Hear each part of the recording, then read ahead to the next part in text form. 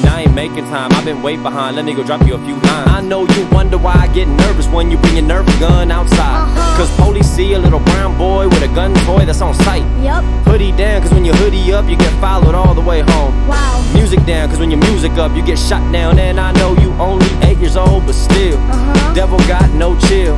Ayanna Jones only 7 when the police busted in and got her killed. Pay attention, son. Daddy passing on lessons just to keep you safe. In the skin you in, anything could be a weapon. They feel threatened by your sight. So when you old enough and you drive, keep your wallet in, registration in, your insurance card in plain sight. Don't dig in pockets or compartments or they will fire on you so fast. Whether a comb, a phone, a candy bar, they see a gun when it's in your hand. They assume you shoplifting in stores, so they gon' follow you for it. Or you probably getting ignored, cause the lady think you can afford it. They pull purses by their feet, call police, cross the street. Just stay cordial and don't trip, but if they flex, boy, by all means. Yes.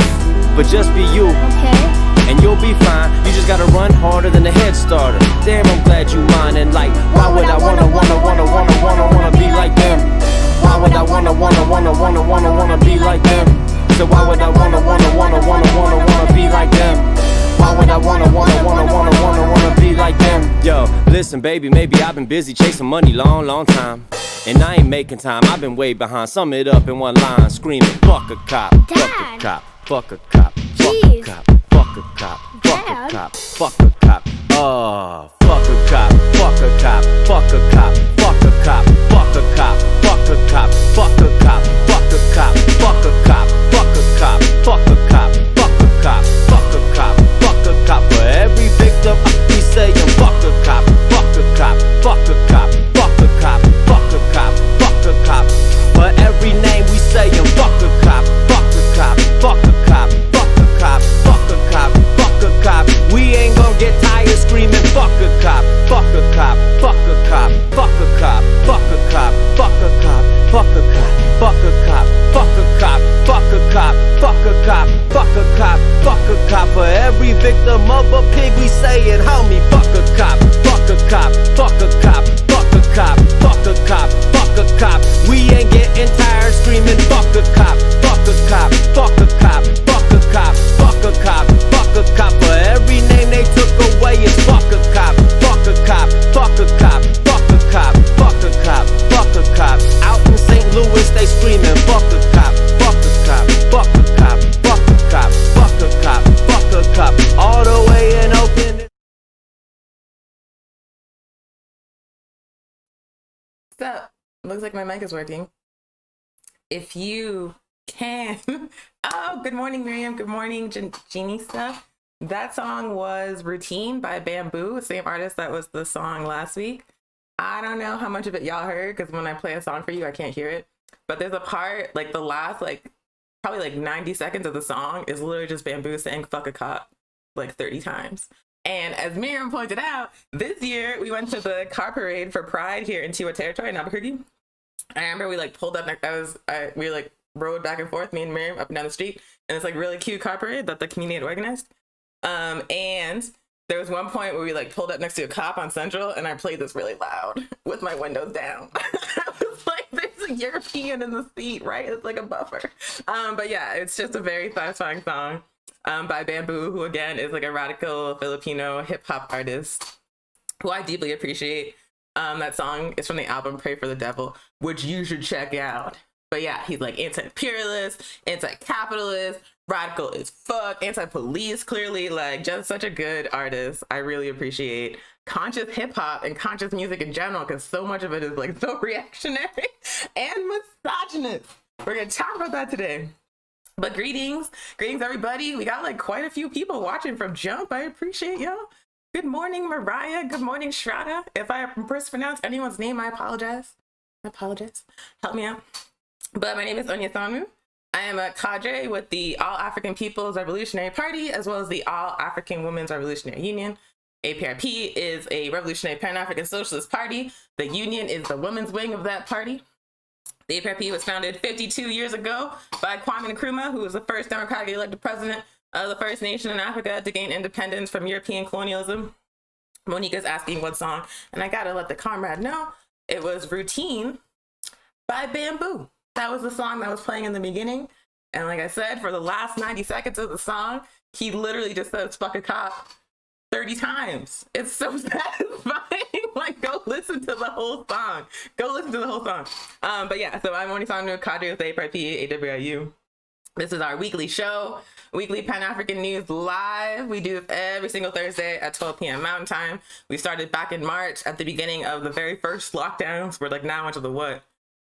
Third or fourth, like half-ass lockdown? But at the beginning of the first lockdown back in March, we started this show because we were like, it is not safe to gather our community in person. African people are being drastically impacted by COVID. African people have no choice but to take COVID seriously because this government does not have our best interests in mind. So we are not going to have our people come out and possibly get them sick. But how can we keep talking to them? How can we keep teaching them? How can we keep being in community with them?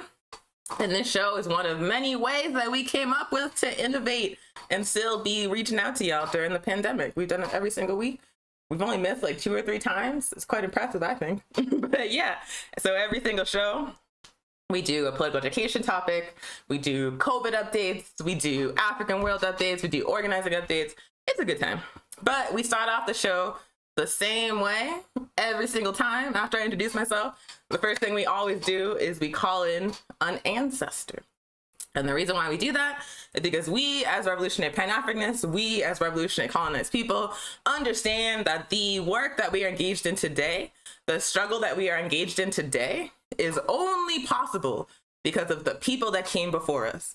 I would quite literally not be here talking to you. I would not be the person I am if not for the work and the groundwork laid by my ancestors, by the revolutionary African people that fought and struggled and sacrificed and bled and never gave up in their pursuit of liberation for African people and for Africa. That's the only reason I'm talking to y'all. That's the only reason why the APRP exists, is because of the struggles of our ancestors to prepare the path for us. And so we would be remiss, I would be remiss, as a revolutionary African woman, if I did not acknowledge the contributions of the ancestors. I understand that the struggle to liberate Africa, to liberate African people, to win Pan-Africanism, which is one unified socialist Africa, was started when the very first European colonizers set foot on the shores of Africa over 500 years ago. I am not part of a movement that is 5 years old or 10 years old or even 50 years old. I am part of a movement that is hundreds of years old. And that movement was made possible by people that came before me. And so we lift them up, we honor them, we celebrate them, we learn from them. Very important. And so every single show at the beginning, we call in an ancestor, because that is what we are about. We're about honoring who came before and learning from them, period. That's African culture. So the ancestor I want to bring in today, good morning, Monica. Good morning, Shikonde. Hello, everybody. Good to see you. So the ancestor I want to bring in today is a man named Eddie Benton Benai. Eddie Benton Benai was an indigenous man. He was also a co-founder of the American Indian movement. He was Ashinabi Ojibwe. I hope I said that right. I apologize if I did not. He was an indigenous man born in occupied Wisconsin. He co-founded the American Indian movement, which was, of course, a revolutionary nationalist liberation organization focused on the liberation of indigenous nations in Turtle Island. So the APRP has had a long, tight relationship with the American Indian movement, pretty much like since its founding. We have been tight with AIM. We uplift them. We understand that the land that we are speaking to y'all on is stolen land. This is not African people's land. This is the land of indigenous nations. And so organizations like the American Indian movement are extremely important. The existence of revolutionary indigenous organizations on this land is extremely important because it's only the revolutionary struggles of indigenous peoples that is going to liberate the United States. It is only the revolutionary struggles of indigenous people alongside African and colonized peoples that will truly liberate this land. Like, the liberation and future of Turtle Island is in the hands of indigenous people, should happen under the leadership of indigenous peoples. And in the American Indian movement is one of those organizations that laid the groundwork once again for the ultimate reclaiming of this land by indigenous nations. So shout out to ancestor Eddie Benton Benai, who passed away actually this morning at age 89, who helped found the American Indian movement, who was a longtime friend of the APRP. Salute to Eddie Benton Benai. Also, the other thing that we do at the beginning of every show, which actually very nicely dovetails with that ancestor, is that we do a land acknowledgement. So I'm speaking to y'all from occupied Tiwa territory, also known as Albuquerque. And when I say occupied Tiwa territory, I mean that the entirety of the land that Albuquerque was built on belongs to the T1 Nation. The T1 Nation is still here. The T1 Nation is fighting for their land back, also fighting for water for everybody to drink, also fighting against extractivist industries that are destroying the land. So they're really trying to help us all out. But it's still their land, period. It doesn't matter how long ago the land was stolen. It remains their land to this day. They are still here. They're going to get that land back. When we do a land acknowledgement in the APRP, it is not a metaphorical statement. It is like a literal, like, we mean land back. Like, the land was taken, the land will be returned, period. So we're gonna get our land back in Africa. Palestinians are gonna get their land back in Palestine. Indigenous Australians are gonna get their land back in Australia. The entire occupied Western Hemisphere, the indigenous nations of the Western Hemisphere are gonna get their land back, including in Canada, including in Central and South America. So this is Tiwa land. It is now. It always will be. The T will get their land back. Africans will get our land back. Palestinians will get our land back. Their land back. Irish will get their land back. Period, point blank. Land back. Not a metaphor. So those are the two things, ancestors and land acknowledgement, that we always do. And then the other segment of the show that always happens is that we always do a political education discussion. And political education and propaganda is the core of the All African People's Revolutionary Party's work. I might just say this every single show, but Malcolm X, ancestor Malcolm X, always used to say that you cannot organize a sleeping people.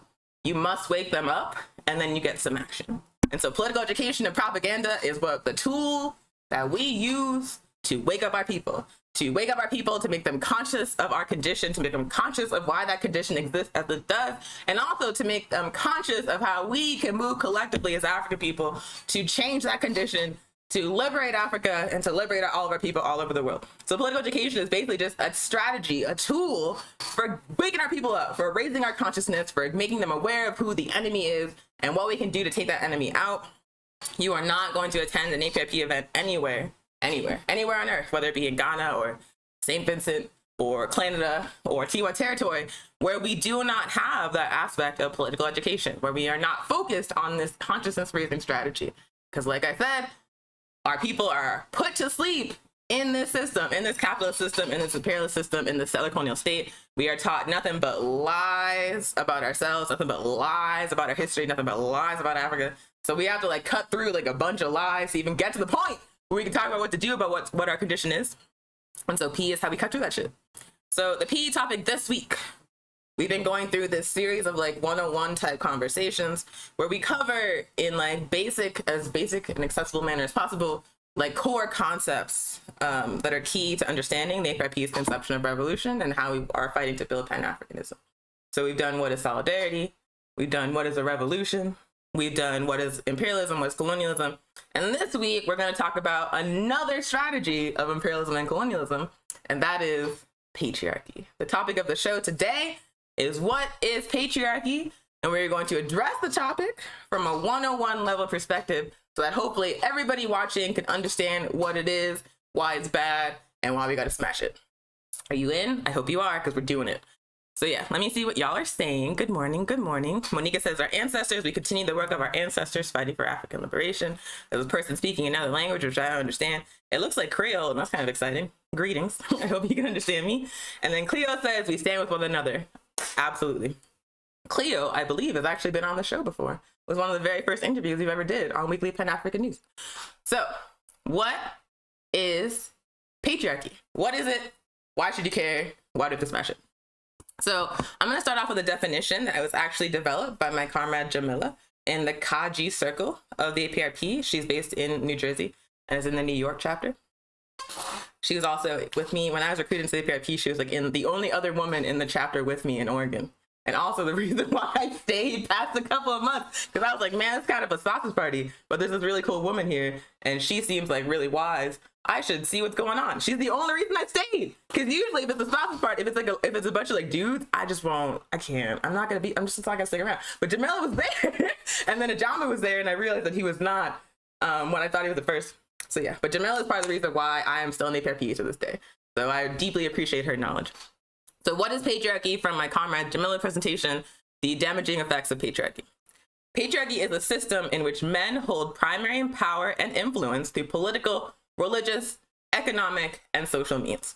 Patriarchy is a system essentially of male or masculine dominance. It is also the system under which we currently live.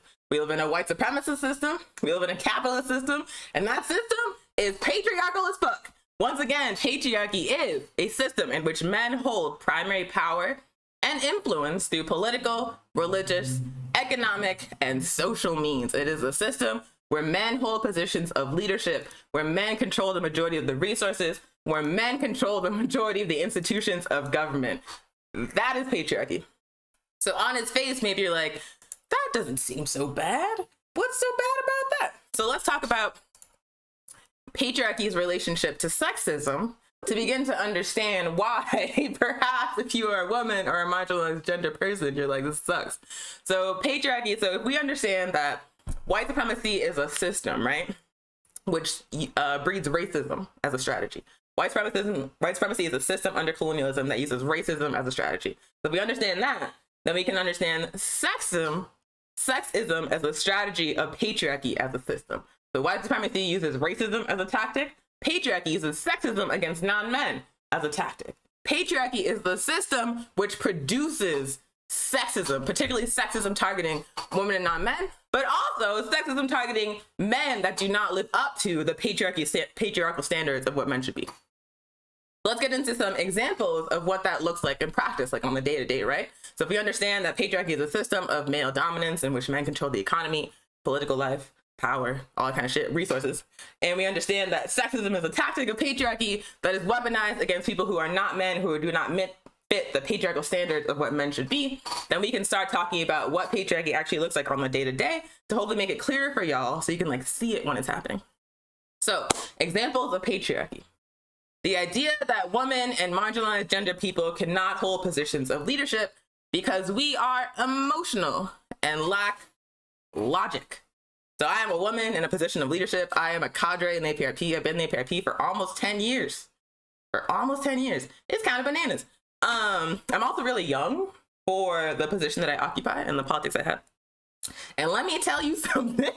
Like, I have encountered this idea that like women are just like not capable or like intrinsically incapable of holding leadership on like a constant basis. Not because the Pan-Africanist movement is somehow like more patriarchal than any other segment of this patriarchal society. Like it's just infected, but it's not any more patriarchal than anything else.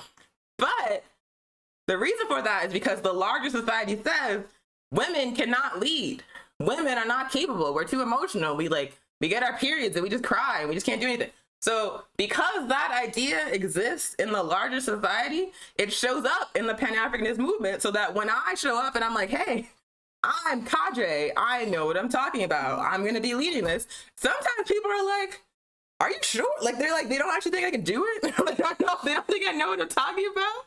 Like, one of the things that happens quite a bit is that people assume that, yeah, I'm just like too angry or too hysterical to be able to engage revolutionary politics and struggle rationally. And then of course I go on to prove them wrong.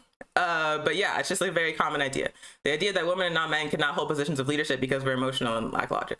And the other thing I want to say about this is that humans in general are emotional and lack logic, but also that like, because of the way that patriarchy functions to uphold a particular standard of what masculinity looks like, that is like not able to express feelings, that is like not able to like process emotions, typically like in a healthy way.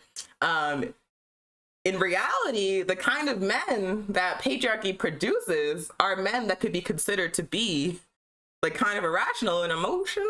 Like, I'm trying to be like polite about it, but basically like, if you have never been taught how to process negative emotions in a way that does not externalize those emotions against other people, in a way that does not either force you to suppress them or force you to like project them onto other people, then when you experience negative emotions, whether that be anger, whether that be sadness, whether it be the things that come up with like say rejection or someone disagreeing with you, you're not gonna be able to express them in like a positive or healthy way.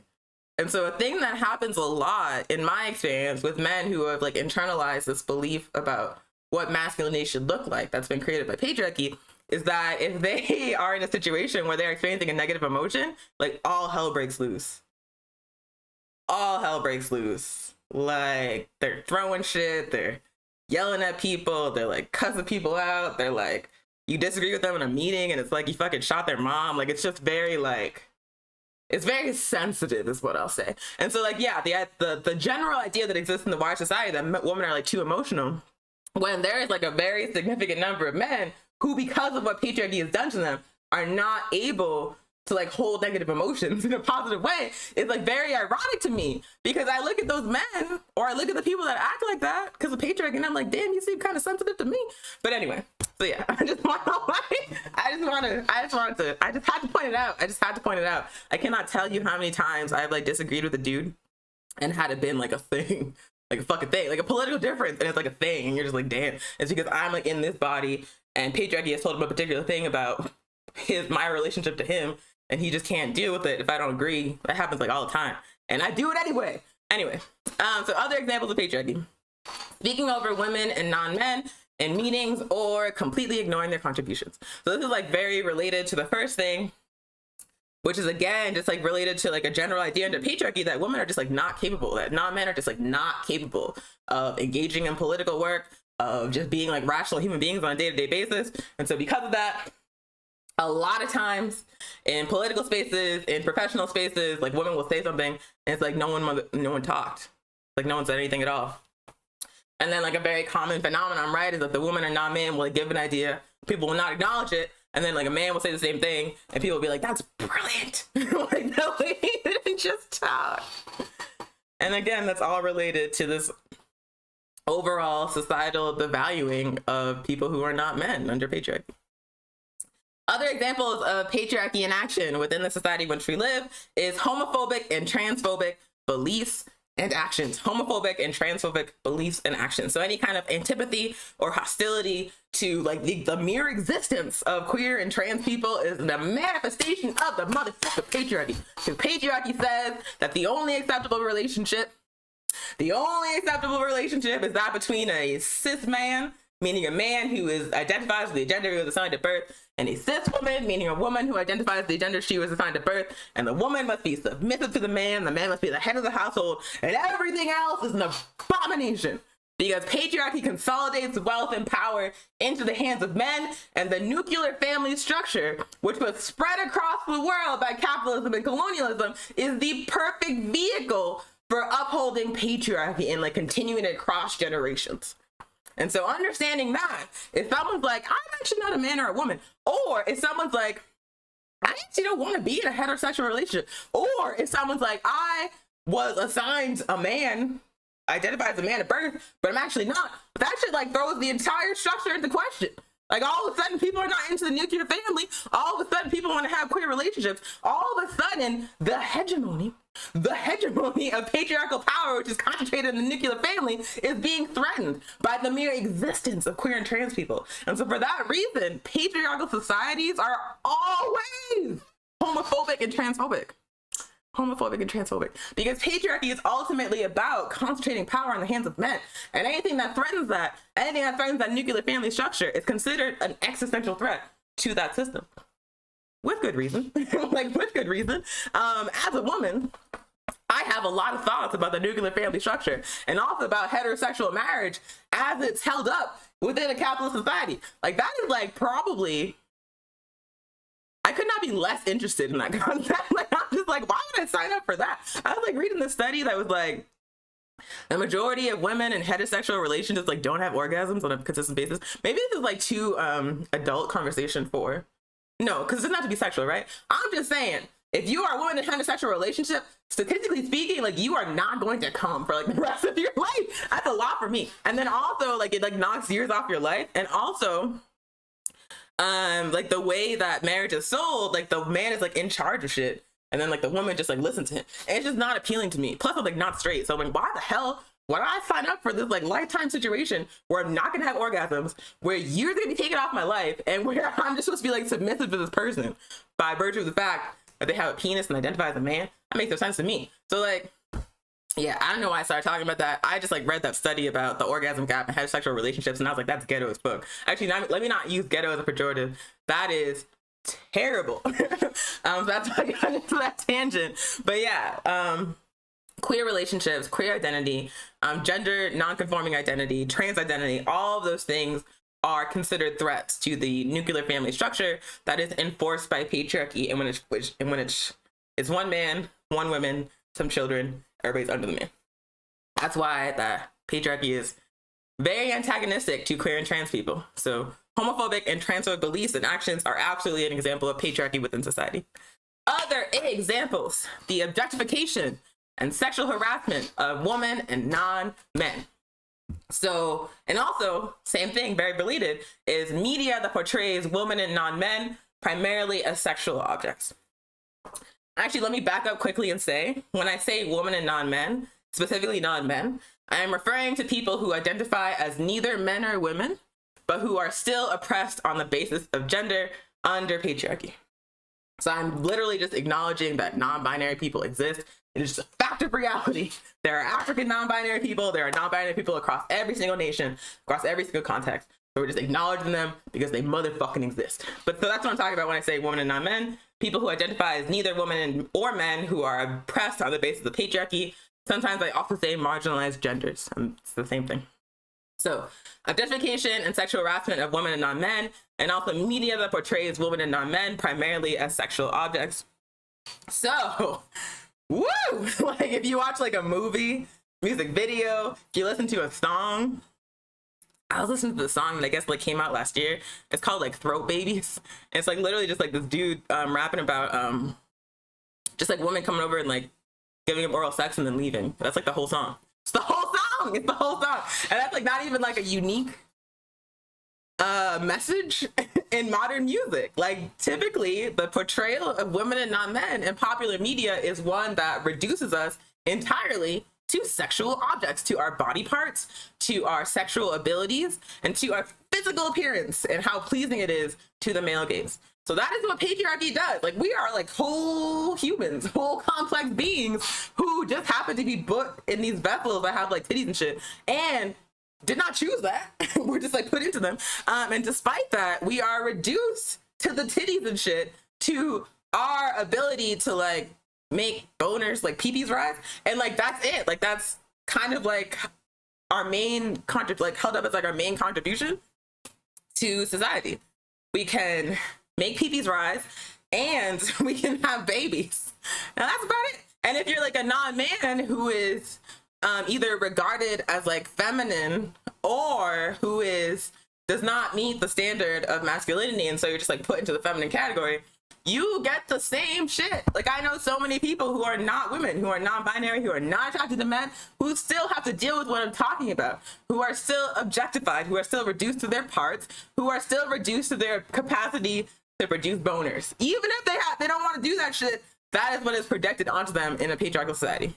And like I said, you can see it in the music videos, you can see it in magazine ads, you can see it on billboards, you can see it in songs, like you can see it in so many places where if women and non-men are discussed, we are only discussed in like a sexual context. And if we're like trying to give an opinion, speaking on politics, trying to live our lives in this society, it'll be like put on us against our will. Like I don't want to use the example of like any bourgeois politician, right? Because I hate them. I hate them all. But the thing that's coming to mind right now is like when Hillary Clinton was running for president the first time, and she would wear like a slightly different kind of suit or like slightly different makeup, and it would be like headline news, sis! It would be like headline fucking news that this woman like changed up her look slightly. Doesn't matter what she said, doesn't matter who she was trying to invade or blow up, doesn't matter, like that woman sold out so hard to the patriarchy, and the patriarchy disrespects her on a daily basis. On a daily basis, the patriarchy disrespects Hillary Clinton, despite the fact that that woman has become a soldier for the patriarchy. She gets no respect. So yeah. Also, another example of patriarchy is male-dominated leadership, and also male voices dominating meeting spaces and organizing.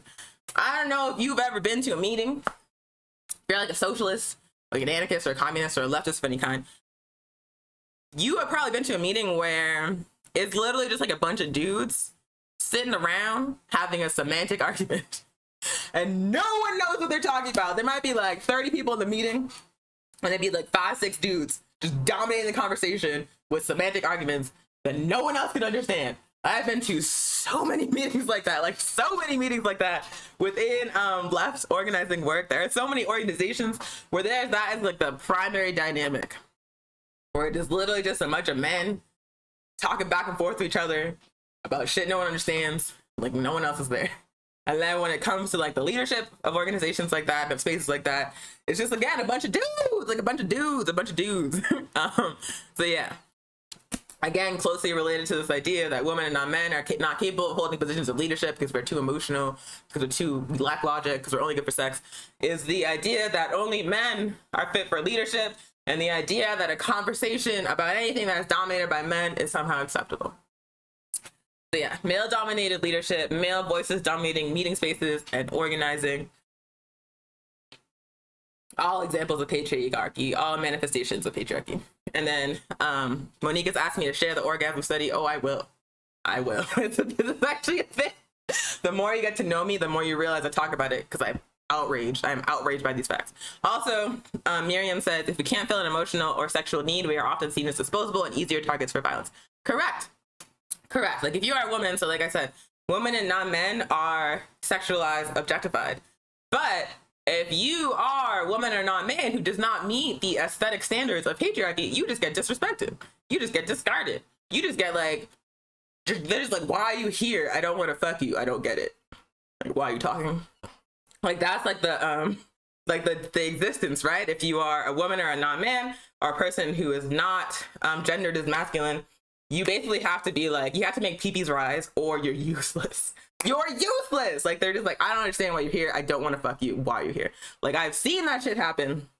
So absolutely, if you fall outside the standards of what is acceptable for our bodies created by patriarchy as a woman or non-man, you get a whole other host of bullshit that is all related to the fact that some men do not know how to deal with you if you are not attracted to them.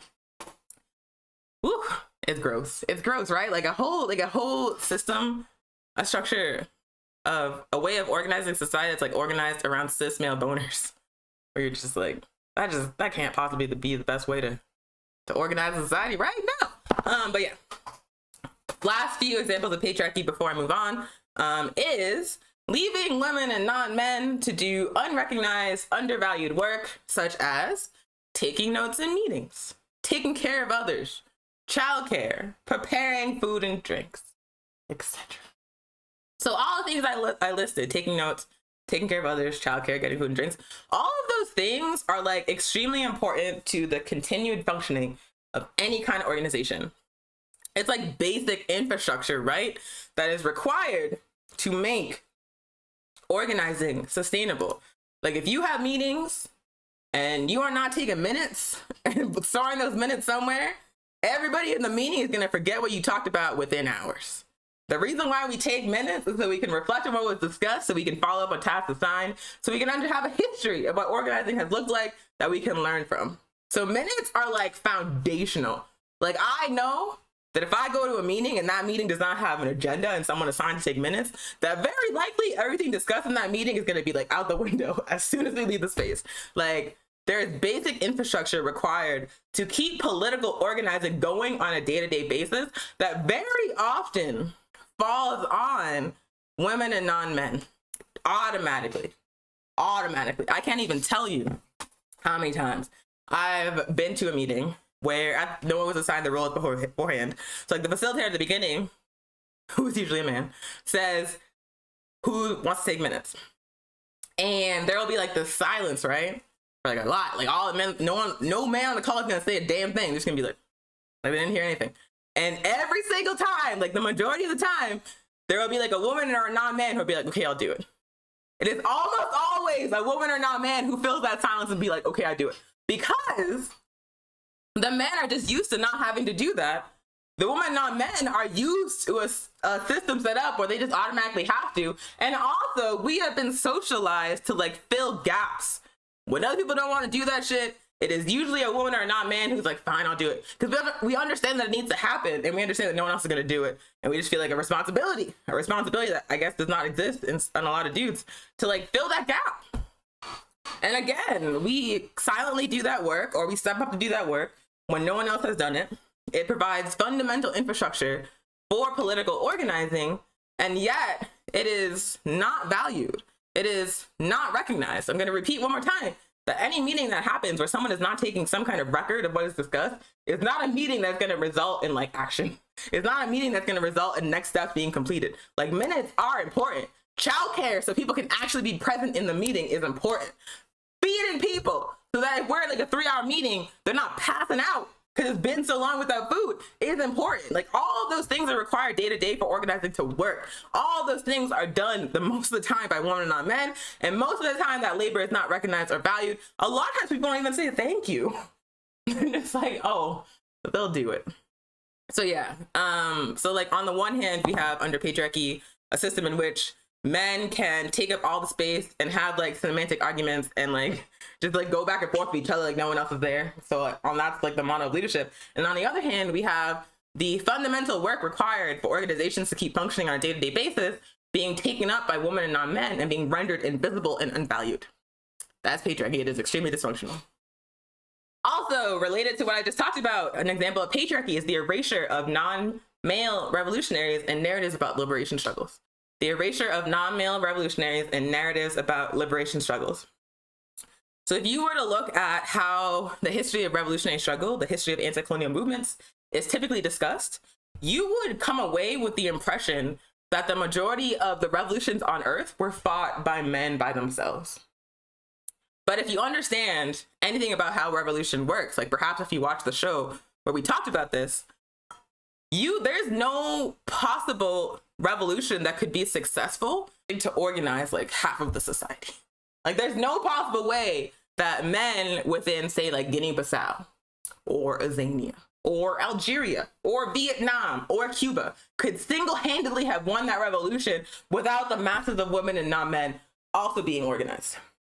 Successful revolutions always organize every sector of the society trying to liberate themselves, and that includes women. It means that women cannot be relegated to just popping out babies and teaching kids and stuff. It means that we are very often, like example in Cuba, Guinea-Bissau, Vietnam, we are very often on the front lines holding guns with babies on our backs, because the successful revolutions that have been waged across the world understood that in order for them to be successful, they had to organize every sector, every gender of that given society. And so any history of revolution, any place that pretends like it was only dudes that did that, is just lying. It's being influenced by the patriarchal dysfunction of the larger society that we're trying to overthrow. Because there's never been a revolution, one, in which women were not fighting side by side.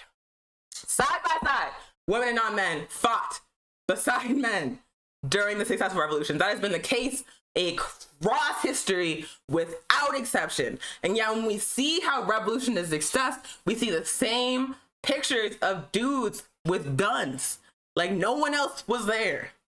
You can tell that this one in particular makes me mad because I am a woman in a revolutionary organization who is actively trying to build revolution for African people, and you're gonna tell me that the only thing I could do is get pregnant? Even though I know for a fact that there are women on the front lines in Guinea-Bissau, women leading military contingents, women leading military campaigns across these revolutionary struggles, and you're gonna tell me the only acceptable role is for me to have a baby? Get out of my face. Get out of my face. So the idea that revolutions are solely waged by men, the idea that women have made, and women and marginalized genders have made no contributions to revolutionary struggles, all of those are symptoms of patriarchy. And I encourage you to pay attention when revolutions are, like, say, the Cuban Revolution is discussed, or like the revolution in Vietnam is discussed, or the revolution in Guinea-Bissau is discussed. All it's really hard to erase the contribution of women in Guinea-Bissau, because Amilcar Cabral himself was like, we got to get these women trained and in the front lines and leading, because otherwise it's not going to work. So it's very hard to erase the contribution of women in the PIGC. But pay attention when revolution is discussed in other contexts and see how male dominated those narratives are. And then read the truth about it and see how organized the entirety of society was to make that revolution possible. And then the last example of patriarchy that I'm going to talk about today is the equating of feminine identity or feminine presentation with weakness or wrongness. And so like when a man, for example, acts in a way that other people perceive as cowardly or weak, that man is called like a pussy. Pussy is obviously a pejorative word for female, or not female, for genitalia on cis women. I don't know how to say that. I don't know how to say that in like the gender confirming way, so maybe y'all can help me out. But basically people call men a pussy because pussy is a form of genitalia that is very often associated with women.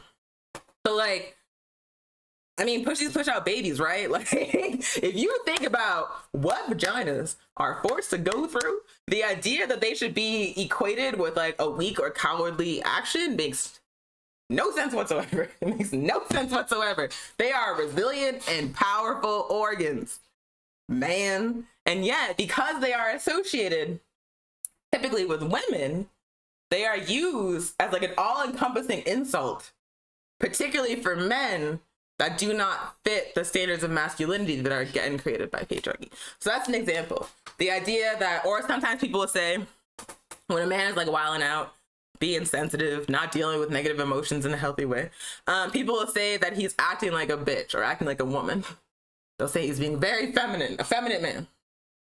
And that's again, right? It's saying that all of these qualities that are associated with women or feminine people are negative. And so when you apply them to a man, it's automatically an insult. But why is anything feminine considered inherently negative? Because of patriarchy.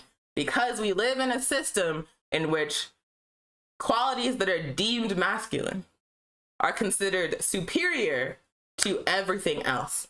And also a system in which power is intentionally concentrated, wealth, power, resources is intentionally concentrated in the hands of men.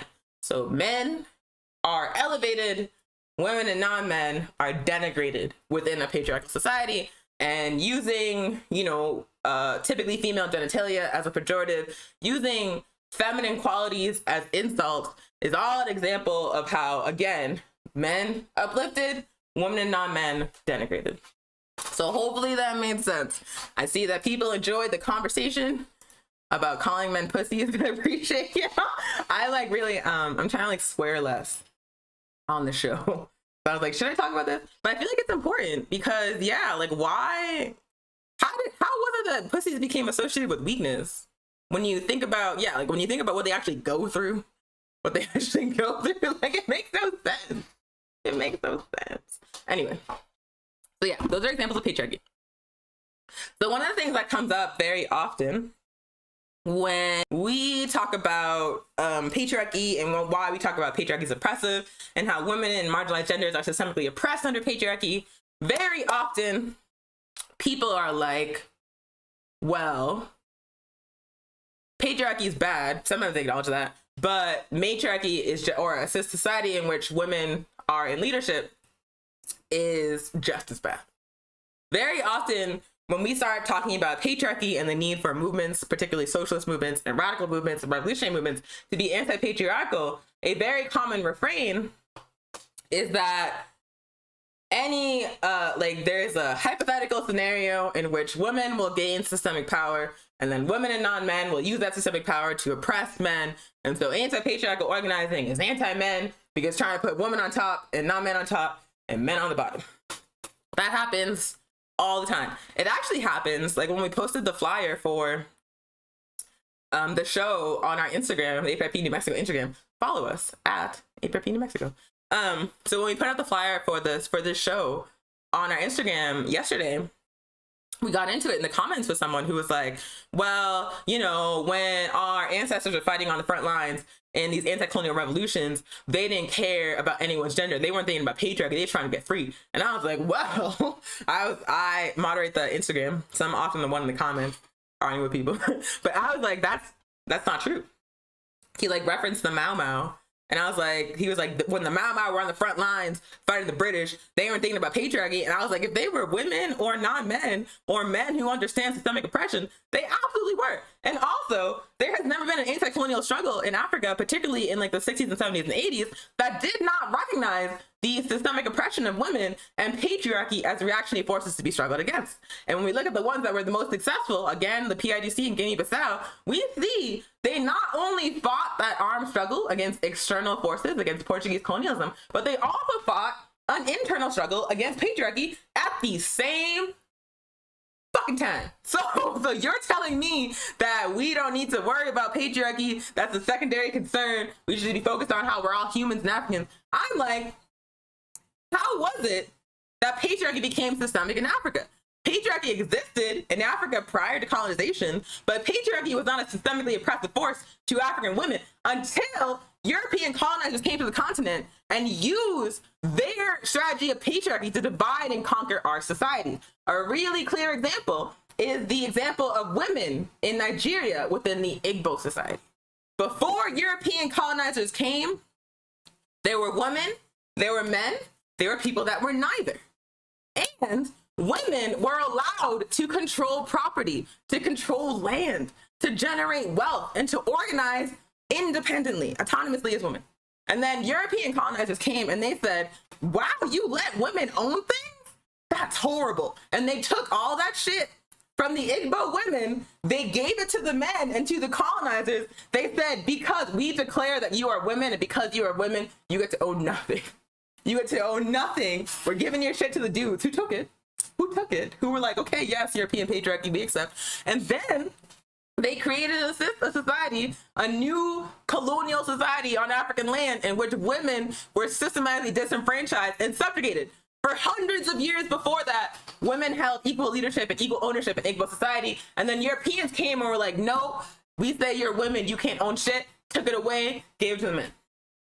A primary tactic of the colonization of Nigeria and other places in Africa by Europeans was to enforce Western gender roles and Western constructions of gender identity upon African people and use that as a basis to enforce the creation of the nuclear family structure as the only acceptable form of organizing society, and also to enforce the dispossession of women and the empowerment of men over them. So understanding that colonialism, colonizers and imperialists use patriarchy as a tactic to steal from African people, to steal land and to steal resources, how are you gonna come to my face and tell me that the struggle against patriarchy is irrelevant to the struggle against colonialism when European colonizers used patriarchy to do that shit? Come on, sis. It wasn't the only thing they did, right? They also exploited existing class contradictions. They also exploited certainly divisions on the basis of gender, divisions on the basis of income. They like weaponized in feudal societies, like the monarchy that existed against the masses of people. Like they did all kinds of shit to divide and conquer. But we also understand that patriarchy was one of the primary tactics they used to do that shit.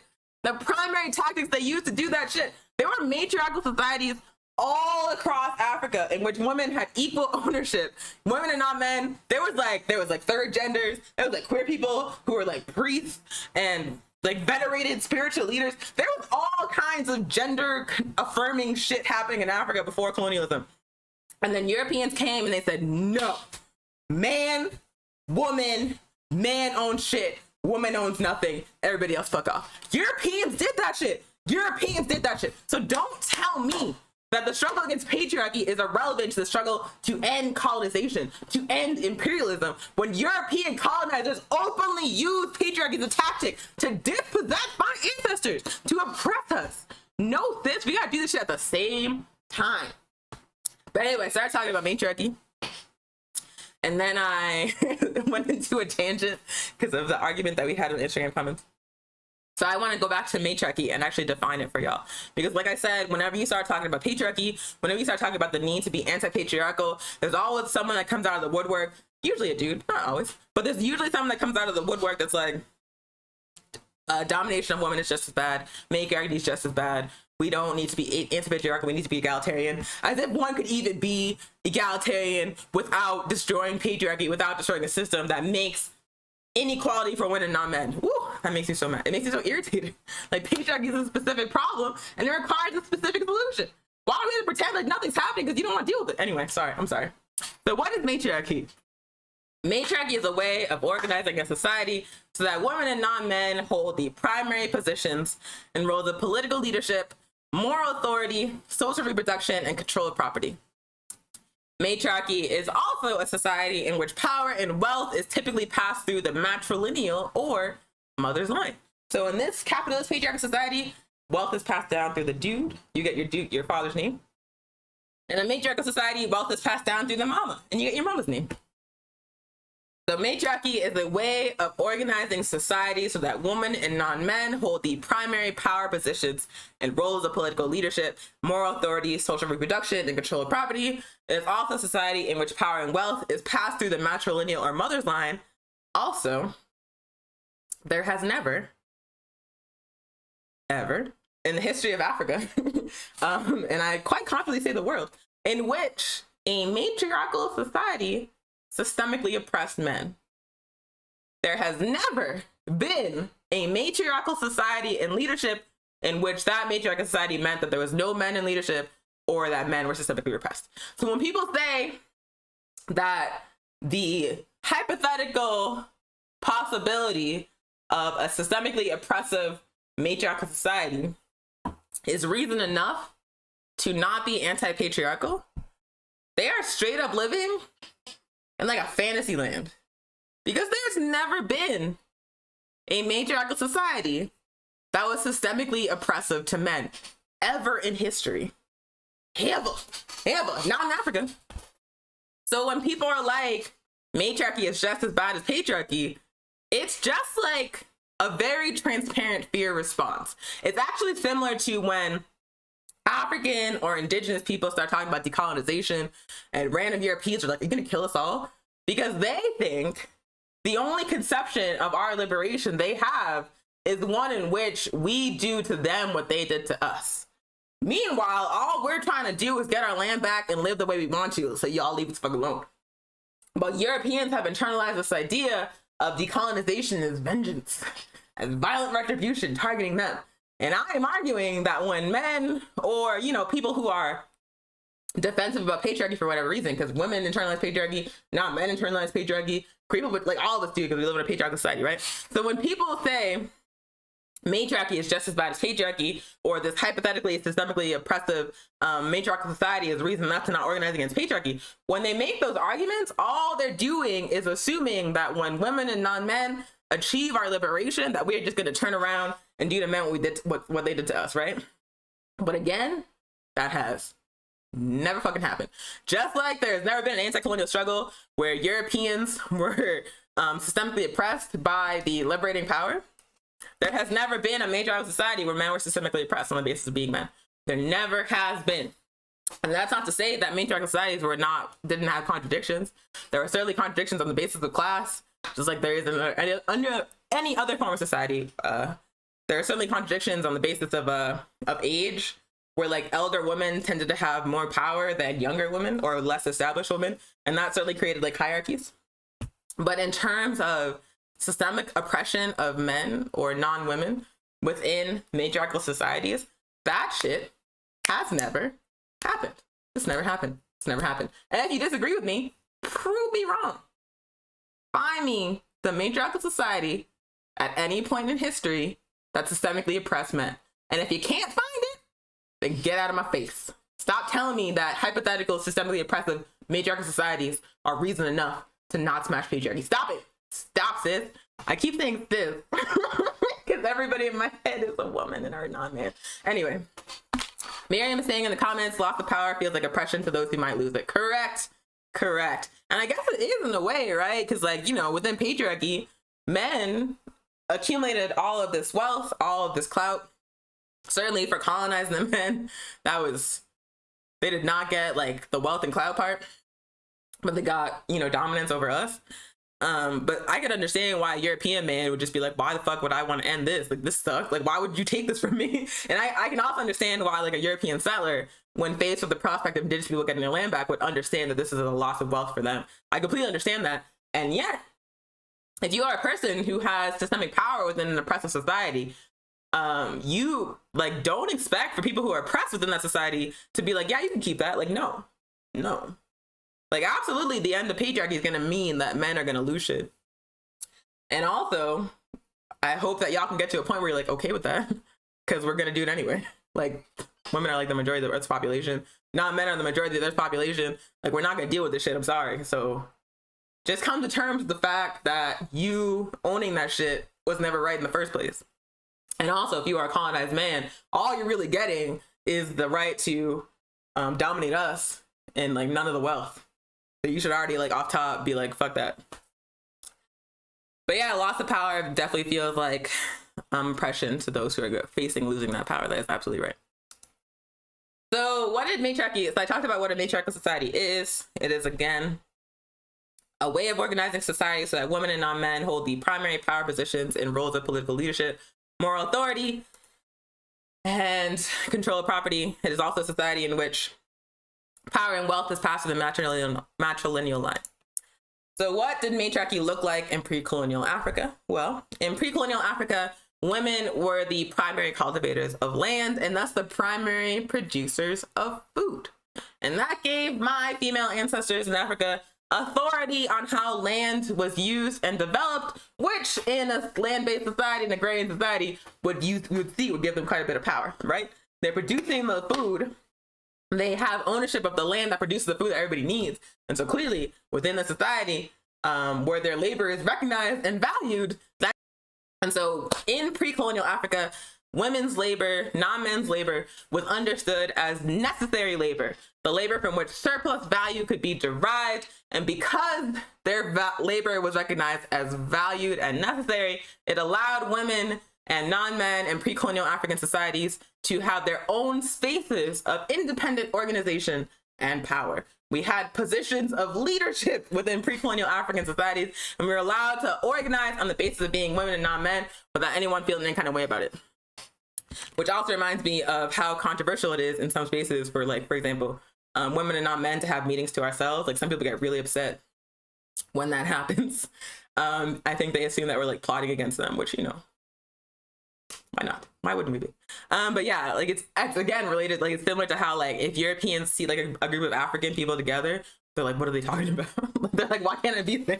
Like, so yeah, it's just like, again, like, if you are a person that holds, like, systemic power within an oppressive system, and the people that are oppressed by that system are, like, getting together and talking without you, it's gonna make you kind of paranoid because you're like, are they coming from our shit? So yeah, sometimes in organizations, even organizations that claim to be anti-patriarchal, it's like an issue for women to organize independently. People get suspicious. But in pre-colonial African societies, matriarchal societies, women were able to have our organizations, our own formations, our own institutions, and it was not a problem because our labor was recognized and valued. So some examples, let me see if I have the examples. I lost them. But some matriarchal societies in pre-colonial Africa that I can remember off the top of my head were the Igbo Society, the Akan Society in Ghana. But there were quite a few. There were quite a few matriarchal societies in pre-colonial Africa. So once again, matriarchy has never been systemically oppressive to men. Matriarchal societies existed all across Africa and were largely egalitarian societies where everybody had what they needed. Matriarchy cannot be held up as equally harmful as patriarchy because the historical basis for that argument does not exist. It doesn't exist in Africa. And also, from talking to indigenous comrades, it doesn't exist in the Western Hemisphere because many indigenous nations to this day are matriarchal. And it was the colonizers that came in and made them patriarchal. So across the world, we see that matriarchal societies existed. We see that people were thriving under matriarchal societies. We see men were never systemically oppressed by those matriarchal societies. And so holding up matriarchy as equally bad as patriarchy is ahistorical, incorrect, and reactionary. Fight me if you want to. Prove me wrong if you can. Find me a systemically oppressive matriarchal society. I bet you can't. I bet you can't, sis. But try it out. If this makes you mad, prove me wrong. So now I have talked about what is patriarchy. I gave y'all some examples of what patriarchy looks like. I talked about what is matriarchy and how matriarchy looked in pre-colonial African societies. And so the last thing I want to talk about, actually it's not the last thing. Let me look at my outline. It's the second to last thing. So the next thing I want to talk about is feminism. Feminism is very controversial. It's very controversial. Remember when I did the show about socialism? And I said, I promise you that as soon as I said socialism, there are people that were like, no. I promise you that as soon, like when I just said feminism twice, there are people that are like, no. And they're like, fuck that. Got mad. Wanted to turn off the show. I see it's still 50 people watching, so I appreciate y'all. I appreciate y'all powering through that if you had that response. But feminism, for many, many, many reasons, is extremely controversial in patriarchal societies. It's controversial because, like I said, or actually like Miriam said, if you are a person who has systemic power within an oppressive society, like people coming for that power to oppress feels like oppression to you. So yeah, feminism, I'm gonna give y'all the basic definition, the overarching definition, and then I'm gonna talk to y'all about examples of it. So feminism is a social movement and ideology that fights for political, economic, and social rights for women and non-men. Feminists believe that all genders are equal and women and non-men deserve the same rights as men in society. Again, feminism is a social movement and ideology that fights for political, economic, and social rights for women and non-men. Feminists believe that all genders are equal and women and non-men deserve the same rights as men in society. That's it. Also, I see people in the comments confused. So we're streaming this on YouTube, Facebook, and Twitter, and Twitch, actually. Twitch. So that across all those platforms, like there's 50 people watching. But if you're watching on YouTube, it's probably less than 50. So you're like, what is she talking about? So yeah, it's streaming on 4 platforms right now. And so I'm able to see the comments all of y'all are making across those platforms. It's so fancy. We use a service called Restream. And actually just reminded me that I can't see the comments on the stream on my own wall unless I make the post public. So y'all are probably like talking to me on my post on my Facebook page, and I can't see anything you're saying. So let me just make that post public. What are y'all saying? Oh yeah, Teresa helped me in Oregon chapter. So I was trying to figure out how to say that sometimes women have vaginas and sometimes people who are not women have vaginas. And so Teresa says, genitalia are perceived to mean woman. So that's less that's less confusing than how I was trying to put it. Anyway, so feminism, social movement and ideology that fights for political, economic, and social rights for women and non-men. Feminists believe that all genders are equal and women and non-men deserve the same rights as men in society. So you can see off top that, like, on its face, there's like nothing about that is like threatening. There's nothing about that that's like anti-man. There's nothing about that that's like that should be considered a threat to anyone that believes that we're all equal, right? But we live in a patriarchal society built on a reactionary nuclear family structure that empowers men to have economic and political and resource control over everybody else. And so a movement which says that just because you are a man, you shouldn't be entitled to all that shit, that we're all equal, would of course be considered a threat in a society that's organized in that particular way. So it is feminism at its root would threaten the structure that patriarchy has set up, in which men control everything and women and non-men don't. And so for that reason, you would see why within a patriarchal society, there would be like open hostility to feminism. People say feminism and also people say anti-patriarchy, and then someone like comes out of the woodwork like, you hate men. You're trying to attack men. You hate men. So yeah. And the reason for that is because feminism as a movement in general is going to threaten what patriarchy has set up. It's going to take that systemic power that's been handed to a certain segment of men, and it's going to, distribute it collectively. And so if you are a man that's trying to hold on to that power and what you got from the patriarchy, you're going to be like, I hate that feminism shit. Keep it away from me. So yeah, even within, revolutionary movements, radical movements, feminism is considered controversial. Like within the Pan-Africanist movement, certainly feminism is considered controversial. And the reason for that is because even though there are many, many, many different expressions of feminism, people look at like one particular expression and say that's the whole thing. So I want to read a quote. Actually, do I want to read this? Because this lady kind of sucks. Let me think. Oh, yeah. Actually, I will, because then I get into why she sucks. I'm actually like reading. So I did a presentation. So this year is the 40th anniversary of the All African Women's Revolutionary Union. It's actually this month in November, the 40th anniversary of the AWRU. Say happy anniversary, AWRU. But so we had an internal conference seminar where I presented to the women of the Western, or the women and non-men of the Western region of the AWRU.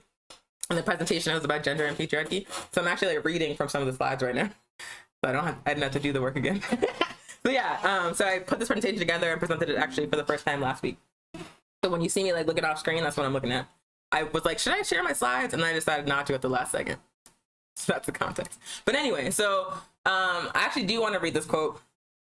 It's from an African woman named Chimamanda Ngozi, who, if you recognize her name, is super problematic for reasons I'm going to get into in just a moment to illustrate all the different kinds of feminism that exist. But this is actually a really good quote that explains like why some people believe that feminism is necessary as a movement. So again, this is Chimamanda Ngozi, problematic for reasons I will get into in just a moment. Bear with me. So some people ask, why the word feminist? Why not say you are a believer in human rights or something like that? And she says, because that would be dishonest. Feminism is, of course, part of human rights in general, but to choose to use the vague expression human rights is to deny the specific and particular problem of gender. It would be a way of pretending that it was not women who have for centuries been excluded. It would be a way of denying that the problem of gender targets women. That's the problem, that the problem was not about being human, but specifically about being a female human. For centuries, the world divided human beings into two groups and then proceeded to exclude and oppress one group. It is only fair that the solution to the problem acknowledge that. So again, that is African woman author Chimamanda Ngozi talking about why feminism specifically, and essentially she's saying that if patriarchy created a structure in which anybody who was not a man was systemically oppressed, so a woman or a non-man or a marginalized gender person was systemically oppressed, then how could we possibly begin to address that problem if we're not willing to deal with it specifically? Some people say, no, we don't need to be feminists, we need to be humanists. We need to make sure everybody's equal. But if we're not even willing to deal with why we're not all equal in the first place, if we're not even willing to deal with the fact that it was men specifically who were uplifted above the rest of us under patriarchy, then how can we ever hope to win or build a truly equal society? Like, if you're not even willing to specifically deal with or address or discuss the problem, how are you going to tell me you're going to solve that problem? This woman is basically saying that we are feminists because there's women and non-men specifically that are being oppressed by patriarchy. We need a specific solution to the specific problem. And the reason why people are resistant to feminism as a concept is, once again, because this society teaches us to center men. This society puts power in the hands of men. Anything that threatens that setup is going to be considered a threat to the society as a whole. That is the fundamental basis behind anti-feminism. People try to wrap it in all kinds of other shit. But when you get down to the brass tacks, it's because people accept that patriarchy is the way that things should exist, and anything that threatens the way things currently exist is considered a threat to all of us. But like I said, pre-colonial African societies in many, many situations, pre-colonial indigenous societies in many, many different contexts were matriarchal. People had what they needed. They were not systemically oppressed. And so a situation in which women have power is not a threat to anybody, not men, not anyone. Except, of course, if you are a man that got power and resources under patriarchy, you want to keep that shit, it's a threat to you, but you deserve what you get. So that was Chimamanda Ngozi. But like I said, sister's problematic. She's a problematic lady. And the reason for that is because, like I said, there are many, many, many different expressions of feminism. People try to reduce it to like one particular expression while ignoring that, like any other ideology, like any other, movement or belief system, it's going to be influenced by both the context that produces it and also the people practicing it. There's no fixed state for what feminism is beyond that initial definition about making an equal society. That's it. And then within that definition, there are many, many, many, many different interpretations of what feminism is, many different applications of what feminism is. And so when people try to reduce to one thing, they are showing that they're being reactionary. They are showing that they consider the entire concept of feminism to be antagonistic to what they're trying to achieve in the world. But like I said, feminism is many things. So I want to get into reactionary forms of feminism and revolutionary forms of feminism. Reactionary meaning they are not revolutionary. They uphold the existing oppressive structures of society. They're not really going to liberate anything. They're going to get a certain kind of woman to the top while the rest of us are screwed. So when I say reactionary feminism, an example of what I mean is queer and trans exclusionary feminism. So I mentioned that the author that I quoted, Chimamanda Ngozi, African Women, was problematic. And the reason for that is that despite the fact that African women ourselves have been systematically excluded from Western conceptions of what a woman is, there are certain segments of African women, cis women, like meaning women who are assigned women at birth and identify as women, who believe that it is acceptable to build a movement for our liberation that excludes trans women, that excludes non-binary women. They are women who believe that a feminist movement has no need whatsoever to be inclusive of marginalized genders and of queer, of LGBTQ people. So she is an example of that. Like every time that she opens her mouth and talks about trans people, you're just like, God damn it. Like read a book, sis. Like, why are you just stuck in ignorance? Like, just read. Like, it's okay. It's okay. Like, it's okay if you don't understand it at first. But please, man, like, just read. Just read. Like, understand the history, understand why this happened, understand where the antipathy you have to a trans people came from, and then, like, fix that shit, right? But she won't. She keeps talking about trans people, and then she just won't read about trans people. And I'm just like, and it just keeps repeating the same tired ass shit. And you're just like, stop it. Stop. Stop. And also, like I said, like, so African women, cis or not, like, the conception of womanhood that we are being held to was created with European women in mind. That's why, for example, Michelle Obama, and I don't care for Michelle Obama, I've talked about that before, but to this day, that she is, people accuse her of actually being a man, right? Accuse her of being trans. I'm a person, I'm like 5'10", I'm like a big lady. You don't want to get in a fight with me, because I would beat your ass. But I'm a big lady, I'm tall. And I'm dark skinned. So I have very often been characterized as masculine, though if you see me, I'm clearly not. But all of those things, like what happens to Michelle Obama, what happens to me, the way, like what happens to Megan Thee Stallion, like people always accuse her of being masculine, who she's again like an extremely feminine, like her whole persona is very feminine and like sexy, but she gets accused of being a man all the motherfucking time. And the reason for that is because the standard of femininity was created to uphold European women specifically and to say, fuck everybody else. And so African women do not fit within the standard of feminine identity created by Western civilization. We just don't. We do not. We are not considered women by this society. We're not even considered human by this society for the most part. And so the idea that we would develop movements for our liberation as women that would exclude other women who are not regarded, who are like rejected by this society because of the standards set up, which again were created for cis European women. The idea that we would create a movement for our liberation that would exclude trans women and queer women shows that we don't actually understand our oppression in this context. They don't think you're a woman either. So what motherfucking right do you have to look at a trans woman and be like, that's not a real woman? Okay, the same people that said that's not a real woman said you're not a real woman. So what are we gonna do now? You're gonna uphold Western standards in one case, but not for yourself? Why?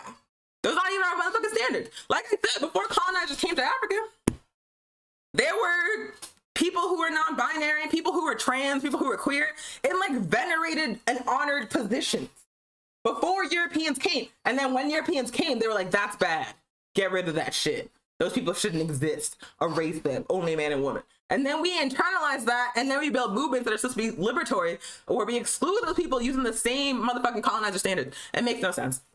So queer and trans exclusionary feminism is an example of reactionary feminism. And Chimamanda, despite the fact that she is an African woman, colonized woman, is upholding colonizer standards for who should be included in feminism. That is what she is doing. She has internalized cracker shit. So queer and trans exclusionary feminism, example of reactionary feminism. Other examples of reactionary feminism are bourgeois feminism. Bourgeois feminism. So I talked about bourgeois, who the bourgeois were in the previous show, I think in the socialism show, but essentially it's like the ruling class. It's the people that run all of the shit. The people who, when you go to work and sell your labor so you can pay your rent and eat, get to steal a portion of the value you produce to generate wealth for themselves. So that's the bourgeois. That's also known as the ruling class. Some people call them the 1% because they occupy But basically, it's like rich motherfuckers who are making everybody's life really difficult so they can get richer. Like Jeff Bezos, Elon Musk, all Bill Gates. There's women, but I can't think of their names because of patriarchy. But yeah, so like that's the bourgeois, right? And so bourgeois feminism is a feminism which recognizes that capitalist society is oppressive and unequal and says, instead of fixing that by building a new system in which everybody's equal, I would like, as a woman, to be at the top of this oppressive structure. That is bourgeois feminism. Bourgeois feminism does not seek to destroy the oppressive order of capitalism. Bourgeois feminism seeks to put women on top of that shit. That's it. And that's it. On the slide that I made talking about bourgeois feminism, I put a picture of Hillary Clinton, Miss Hillary Clinton herself. Because I remember when she was running for president in 2016, all the people were talking about, it's going to be the first, it's her time. She's going to be the first woman president. It's liberation for all women. All this motherfucking shit. And I was like, this woman cooled the Honduran government, overthrew the democratically elected government in the place where my mama lives, and plunged it into chaos. This woman helped overthrow the democratically elected president of Haiti, where my daddy lives. My dad's from Haiti, he's there right now. Overthrew the government of Haiti and used, alongside her husband, Haiti as her own personal foundation. This woman helped organize the lynching of Gaddafi on camera, destroyed the last liberated zone in Africa. This woman called African youth super predators, was one of the architects of mass incarceration, used slave labor in the governor's mansion when Bill Clinton was governor of Arkansas, used like enslaved African labor to serve her hand and foot. So she's a piece of shit. Like, she sucks. Like, she sucks. And so her whole existence, her whole political career was built on a foundation of brutally oppressing and exacting violence against African and colonized peoples, particularly women. And I'm supposed to see this hoe. Oh my God, let me not use hoe as a pejorative. I get worked up and I just start like insulting people, just saying like random stuff. So I'm supposed to see this woman, this European colonizer woman, like this old style cracker, trying to seek leadership of an empire that is like brutally oppressing my people in Africa, and say that her elevation to that position represents liberation for me. That makes no sense. The bourgeois could not exist as like an entity, as a class, without incredible violence and theft and genocide. And she wants to like be leader of that shit, and that's supposed to be a feminist victory for oppressed and colonized women. That makes no sense. But that's bourgeois feminism. That's ruling class feminism. That's an example, right? And then also another example of reactionary feminism is white or settler imperialist feminism. So bourgeois feminism is usually European women, but like I've said many times, the bourgeois is mostly European, but the bourgeois is by no means not all European. There's non-European bourgeois. There's African bourgeois. There's a lot of Indian bourgeois. There's a lot of Arabic bourgeois. Like, there's mad non-white members of the ruling class, which means bourgeois feminism is not necessarily only expressed by Europeans or by white women.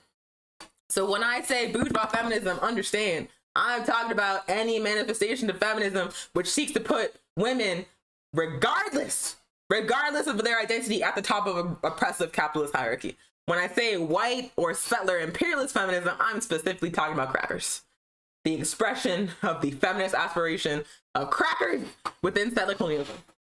So white or settler imperialist feminism is another form of reactionary feminism. It is a conception of white womanhood which is based on the dispossession of indigenous nations and the dehumanization of African peoples in this particular context, in the US context.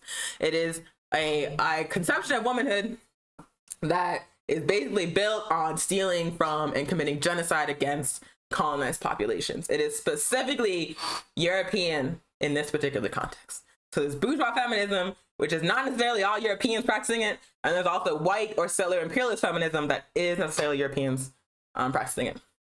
And then last category of reactionary feminism I want to talk about is actually closely related to bourgeois feminism, and that is Beyonce feminism.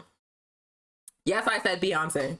And the reason why I call it Beyonce feminism is because Beyonce has this brand. Who remembers Flawless? Flawless from like, how long ago was that? It's from that album that she dropped, like the first album she dropped by surprise, and everybody's like, ah! It was like the first time she did that, and she like released all the videos. And so one of the videos was Flawless, and there's like a part in the video where she has actually a quote from Chimamanda Ngozi, the Nigerian woman. We're talking about what feminism is, and she has like this whole brand about girl power and how girls run the world and et cetera, so on. But Beyonce is a very wealthy woman. And the reason why she is a very wealthy woman is because she benefits from the exploitation of oppressed and colonized and poor women within capitalism. And what I mean by that is that, for example, Beyonce has all these clothing lines that are, just as an aside, like drastically ugly, like so ugly. Like Beyonce can't really dress. I'm not gonna lie to y'all. She can't dress. And also like all of her clothing lines are very, very bad. Like they're so ugly, like just like on their face ugly, but very expensive. And so she has these clothing lines and they are sold for hundreds of dollars, sometimes more than that.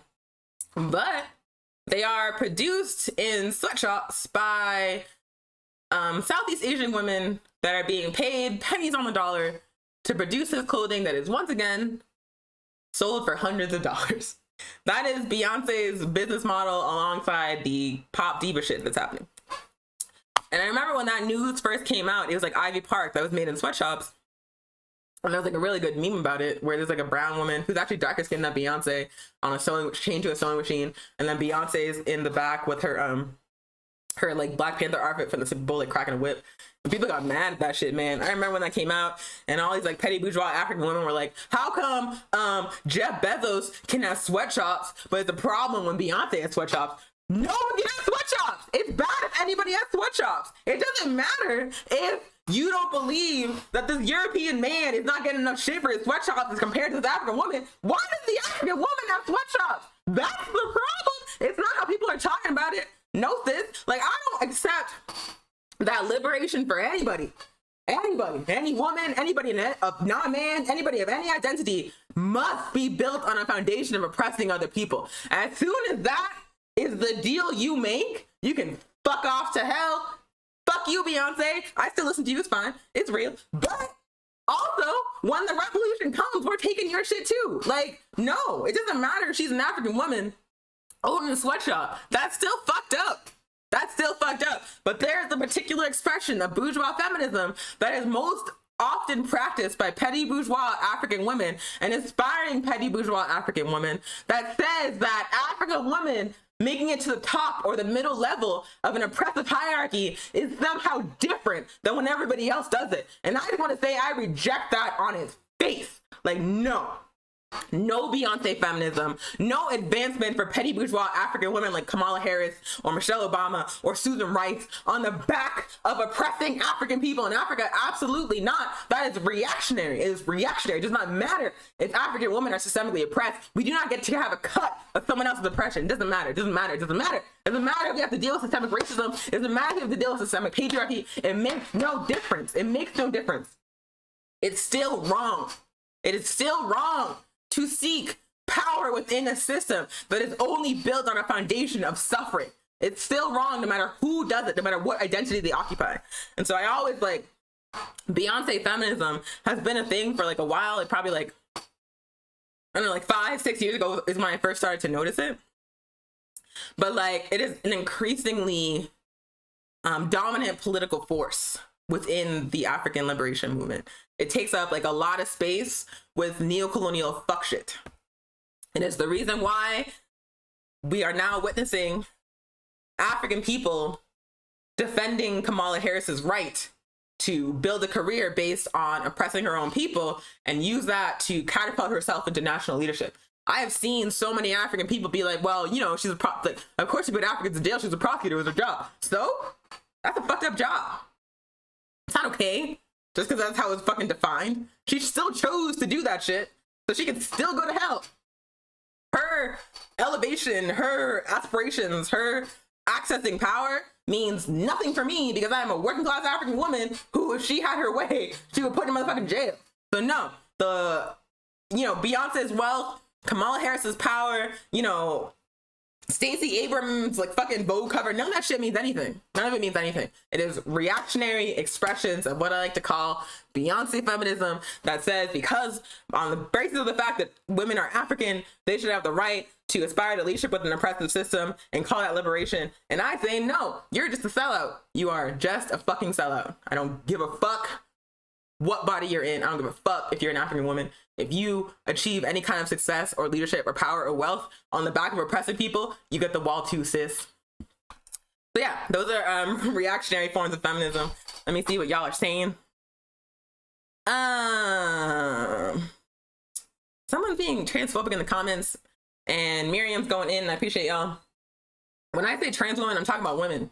Talking about women. Just talking about women. And this idea that like trans women are like hiding in bathrooms and joining sports teams and doing all this shit for who knows what purpose, it's just not based in reality. When we think about who is like preying on children and women and the folks that you're worried about in these bathrooms, it's just regular old dudes, man. It's regular old dudes and cis women with poor boundaries. It's not trans women doing this shit. It's fucking cis-het people. So yeah, like don't put that shit on them. Like these reactionary ass politicians have successfully leveraged transphobia in patriarchal societies into like some culture war shit that even people on the left buy into, and I'm just like, woo, like these are desperately marginalized people, trans women, like especially African trans women and indigenous trans women. Like they have no access to employment, no access to housing, are faced with poverty and criminalization, are basically at the bottom of society. Like if African people and indigenous people are at the bottom, African and indigenous trans women and trans people are at the bottom of the bottom. So to like look at all these problems created by a patriarchal society and put that on trans women is delusional. It's delusional. And you are once again just internalizing and then repeating cracker bullshit, like the same colonizer fuck shit that they used to conquer Africa in the first place. Like don't put that shit on trans women. Like get patriarchy together and then see who's fucking threatening bathrooms and shit. Anyway. Someone posted a really good article from Consortium News called Imperialism and Pumps. Mainstream feminism has abandoned women's interests so thoroughly that it's become only superficially distinct from the patriarchy it purports to oppose. Yeah, so like bourgeois feminism, Hillary Clinton is like the person I think about in my head when I think about bourgeois feminism, right? And again, in the 2016 election, she ran against Trump. They had those debates. I remember fucking Trump was like stalking her across the stage, like he was all standing close to her and like trying to like physically intimidate her. And all these people were like outraged. And I remember watching that and people being like, that's patriarchy and Trump is well. And I was like, I don't give a fuck. Like that lady sold out all the way to the patriarchy. Like she was like, I accept the systemic oppression of billions of colonized women. In exchange for the position which I occupy, I'm going to help the patriarchy oppress those women, help capitalism and imperialism oppress those women. And despite the fact that she made that deal, despite the fact that she sold out in every possible way to the patriarchy, she can't even get basic respect. Basic respect. Like I saw that shit happen in the debates in 2016 and I was like, I hope he pees on her fucking podium. I hope he disrespects her to her face. I hope he's misogynist as fuck, because that is what you get, bitch. Let me stop. Let me call her, bitch. That's what you get, Hillary Clinton. That is what you get. Because you sold out. You sold out the majority of women and non-men on earth to serve capitalist, white supremacist patriarchy. And you can't even get respect on a basic level. You don't wear makeup and it's headline news, girl. And you sold out for what? For what? You couldn't even beat Donald Trump. You sad, sad woman. I just think it's, yeah. Like I was watching that shit, people trying to make me feel bad for Hillary Clinton. I was like, pee on her podium, push her down. I don't give a fuck. Anyway,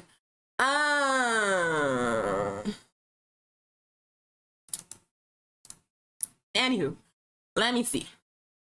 Erica is agreeing with me that Beyonce cannot dress and the clothes are not cute at all. She's never been able to dress. Actually, when her mama was dressing her in Destiny's Child, she looked better. And then when she got like, you know, a lot of money, she just started dressing like the more money she got, like she just dressed like worse and worse. And then she's putting out these clothing lines and they're also ugly, but because she's like Beyonce and she's like beautiful and she has like this aura of success, people just buy that shit, even though it looks very bad on them. Like, it looks bad because they're bad clothes. They're bad clothes. Woo. Anyway, let me see. Ali, speaking of bourgeois feminism, my mom used to work for the United Nations Development Program. She was always the angry Black woman who complained that the projects they supported did not sufficiently help the grassroots. She eventually quit in protest. The woman she constantly complained about as someone who was a soulless careerist was a white woman who ended up becoming the first woman to head the United Nations Development Program. Some people are willing to sell their souls for access. Absolutely. Absolutely. Absolutely. Yeah, like, so Biden just appointed this European woman, I forget her name, as the Secretary of Defense. Is a woman who has a very long history of being openly imperialist and antagonistic to the liberation aspirations of many nations around the world. Let me see if I can actually look up her name really fast while I'm talking. 1 second. But she's just like one. Oh, what's her name? Oh, Michelle Flournoy. But yeah, she's like a straight up war hawk, very much in the vein of Hillary Clinton. And Biden is picking, you know, very similar women for many of the open positions within his administration. Like, people are looking at like the gender or the identity of the person being appointed, and they're ignoring the politics. And so when we see this happening in Biden's administration, we are again being told that it is a sign of advancement for all women. But the position of the Secretary of Defense only exists to project the U.S. empire's power around the world, to create violence against African and indigenous colonized peoples around the world. So regardless of the gender of the person in charge of that particular department, it's gonna be fuck shit all the way down. It's gonna be oppressive as hell. It's gonna be violence. It's gonna be about theft of resources and genocide. So the fact that it's like a woman in there, first woman, like, who cares? Who cares? Like, women achieving positions of leadership within a genocidal capitalist system doesn't make the system less genocidal, doesn't make it better for anybody but them. You know what I'm saying? Like, it's just like the way that the expression of liberation for women and non-men has become about representation within oppressive structures has been like a really successful coup on the part of imperialism and capitalism. Like, they have successfully convinced us that a woman cop, prosecutor, president, drone bombing and arresting and brutalizing people is somehow liberatory. They have very successfully done that, to the point where when Kamala Harris was announced as the VP pick, I had to like get off Facebook for the day, because I remember I saw all these fucking mostly European people, but also some African people being like, you know, I understand she's a cop and I understand she only got there by criminalizing African people, but I still think it's really important representation for Africans. And I'm like, I'm a motherfucking African woman. I don't think it's important representation for me. It actually makes me really mad. I think it's gonna tell the struggle back. But because you can only recognize seeing like a fucking female face in a high place and calling that good, you don't understand why that shit's actually harmful. You have internalized the logic of representation as embodied by capitalism, and then you're trying to tell me that it's good for me because you don't understand why I'm oppressed in the first place. Anyway.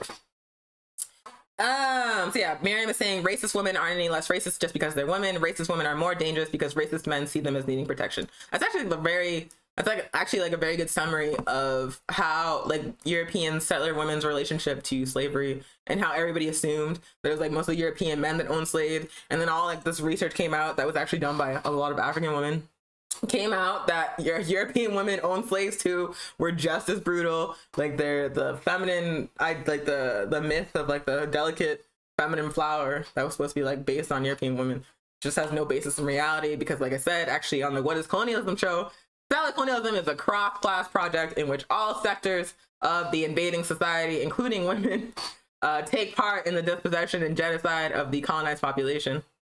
So European women were on the front line of stealing this land and enslaving African people and committing genocide against indigenous people, but they get a pass because of the image of them that's been created by patriarchy. But despite that, we see through that shit and we reject it.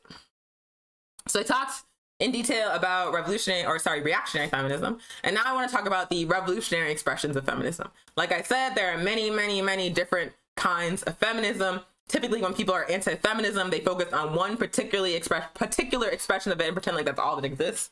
So when people, for example, in the Pan-Africanist movement are anti-feminist, they say that European feminism is the only feminism that exists and there's no other kind.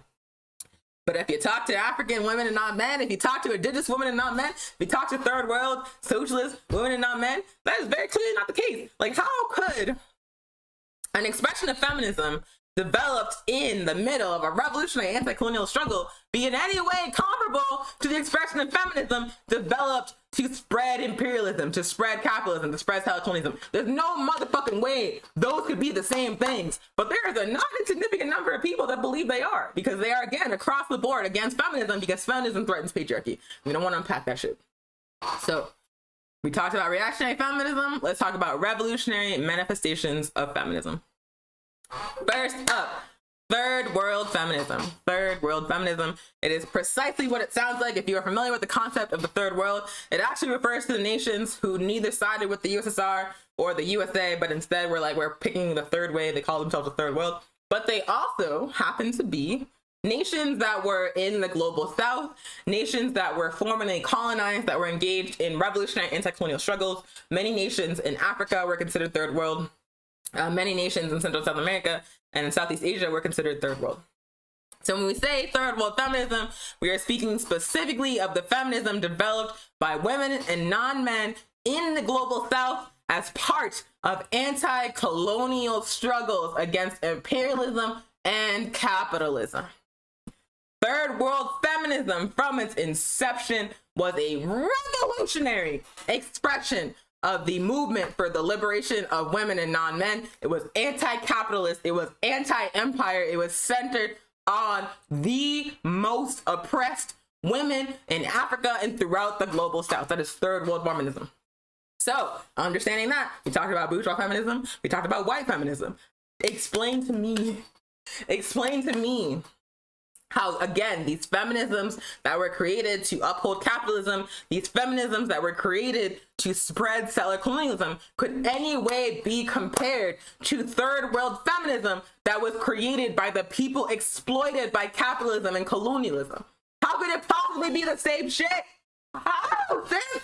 How could a feminism that was created to destroy colonialism be the same as a feminism that was created to uphold colonialism?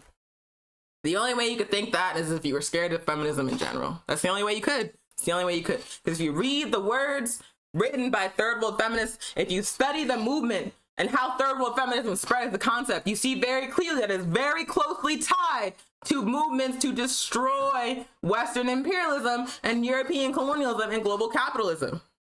These were not women that were seeking equality within an oppressive system. These were women that understood that the system itself had to be destroyed if their nations would hope to survive, if they hope to see a future for their children. Third world feminism is anti-imperialist, anti-colonial, and anti-patriarchal. So third world feminism is an example of a revolutionary manifestation of feminism. Other revolutionary manifestations of feminism are proletarian feminism. The proletarian, of course, is the segment of the working class that is conscious of itself as a class, and is for that reason revolutionary. It is the leading force in the struggle to destroy capitalism. And so again, how could a feminism developed by the working class that is conscious of its exploitation, that is conscious of its need to overthrow the oppressive system, in any way comparable to a feminism created by the ruling class of that oppressive system? Explain to me how that could possibly be the same thing. Go to the Philippines. Go to the Philippines and tell Gabriella that their feminism is pro-empire, sis. Y'all just make no sense. And I feel like so many of the objections to feminism as a concept are rooted in a reactionary attachment to fucking patriarchy, but we're still expected to engage it on like a genuine level, even though y'all are just like motherfucking scared for no reason. You're afraid that women are gonna get power and like castrate you or some shit. And when that's not even on the table, but we still have to like deal with that like it's a fucking reasonable fucking fear. Like it's like such a waste of time. It's such a waste of time. So proletarian feminism is feminism of the revolutionary working class. Proletarian feminism is by its very nature socialist or communist or anarchist. It is anti-capitalist. It is again anti-imperialist. It is anti-empire. It is about building power and liberation from below, from the bottom up, not from the top down. And is again the antithesis, the exact opposite of bourgeois feminism, of ruling class feminism, of Beyonce feminism. I'm just like remembering all of the extremely circular arguments I've had with people about feminism, and how they're basically rooted in an underlying belief that there's only one expression of feminism and it's reactionary. And I'm like, you are just ignoring like a lot of women's work, like a lot of movements, like a lot of shit had come to arrive at that position. And I don't really know what to say to you. Anyway, so third order feminism, proletarian feminism, all examples of revolutionary feminism. There's also womanism, which is a feminist movement specifically developed by African women and non-men to address the specific condition of African women and non-men. So a very common argument against feminism, particularly for African women, is that feminism has always been Eurocentric. Feminism is about liberation for white women within an oppressive society. White women tricked African women into being feminists in order to destroy the African family. So I already talked about how the African family was actually destroyed, and that is by the process of colonization that made patriarchy systemic across Africa and the diaspora. Like, that's how that happened. But like I said, we live in a patriarchal society to this day. People see any threat to the hegemony of patriarchy as a threat to themselves. And so people say it was feminism that destroyed the African family. But we know that's not true. So an argument that's very common is that African women have been brainwashed into being feminists by European women. But womanism and the history of how womanism was developed, and also the history actually of how third world feminism was developed, shows that is not the case. Because there are very few people on this planet that understand European women better than African women. Like, we know that. Like, back when people were like, oh, they're too delicate and pretty, they couldn't have owned slaves, African women were like, yes, the fuck they did. African women been knew how trifling European women were. Like, we are aware because we are typically the ones that are in the closest proximity to them, and we have to deal with their shit the majority of the time. So not only are African women aware of how trifling and reactionary European women are, but we specifically developed our own movements that were autonomous, independent of European women, because we understood the corrupting influence that they had upon liberation movements. We understood that there was no movement for the liberation of African women or African people or of Africa that was going to seek power within an oppressive system. There was just no way that was going to happen. And so womanism was developed to specifically address the conditions and oppression of African women and non-men. We made our own movements from the beginning. Far from being tricked by European women into anything, we understood very clearly that our struggle was different and that we needed leadership and autonomy within that struggle. So like the idea that like, this also happens to queer and trans African people. The idea that they are being like tricked into fighting for their own liberation by Europeans, like we don't understand very clearly how these people fucking operate. That we need our own spaces, otherwise they're going to fucking run us over. Like we knew. It seems like y'all, like the people who like are antagonistic to these movements, are consistently surprised by the behavior of Europeans, but we knew. So yeah, third world feminism, proletarian feminism, womanism, all examples of revolutionary feminism. And an organization that sort of serves as like the embodiment of all of these like very different or all of these related forms of revolutionary feminism is an African women's organization known as the Combahee River Collective. And the Combahee River Collective was a group of queer African women who studied and organized together in Boston in the 70s, who wrote a very famous statement. It's probably like the most famous thing they ever did for a variety of reasons, called the Combahee River Collective Statement. And I am going to read an excerpt from that statement so that y'all can understand why I'm saying this organization was kind of like the embodiment of not just third world feminism, not just womanism, but also proletarian feminism. So this is again from the Combahee River Collective Statement. We realize that the liberation of all oppressed peoples necessitates the destruction of the political and economic systems of capitalism and imperialism, as well as patriarchy. We are socialists because we believe that work must be organized for the collective benefit of those who do the work and create the products, and not for the profit of the bosses. Material resources must be equally distributed among those who create these resources. We are not convinced, however, that a socialist revolution that is not also a feminist and anti-racist revolution will guarantee our liberation. That Combahee River Collective Statement The Combahee River Collective was a group of revolutionary queer African women who studied and worked together in Boston in the 70s who produced this statement. And so in that short paragraph, they say they are for the liberation of all oppressed peoples around the world.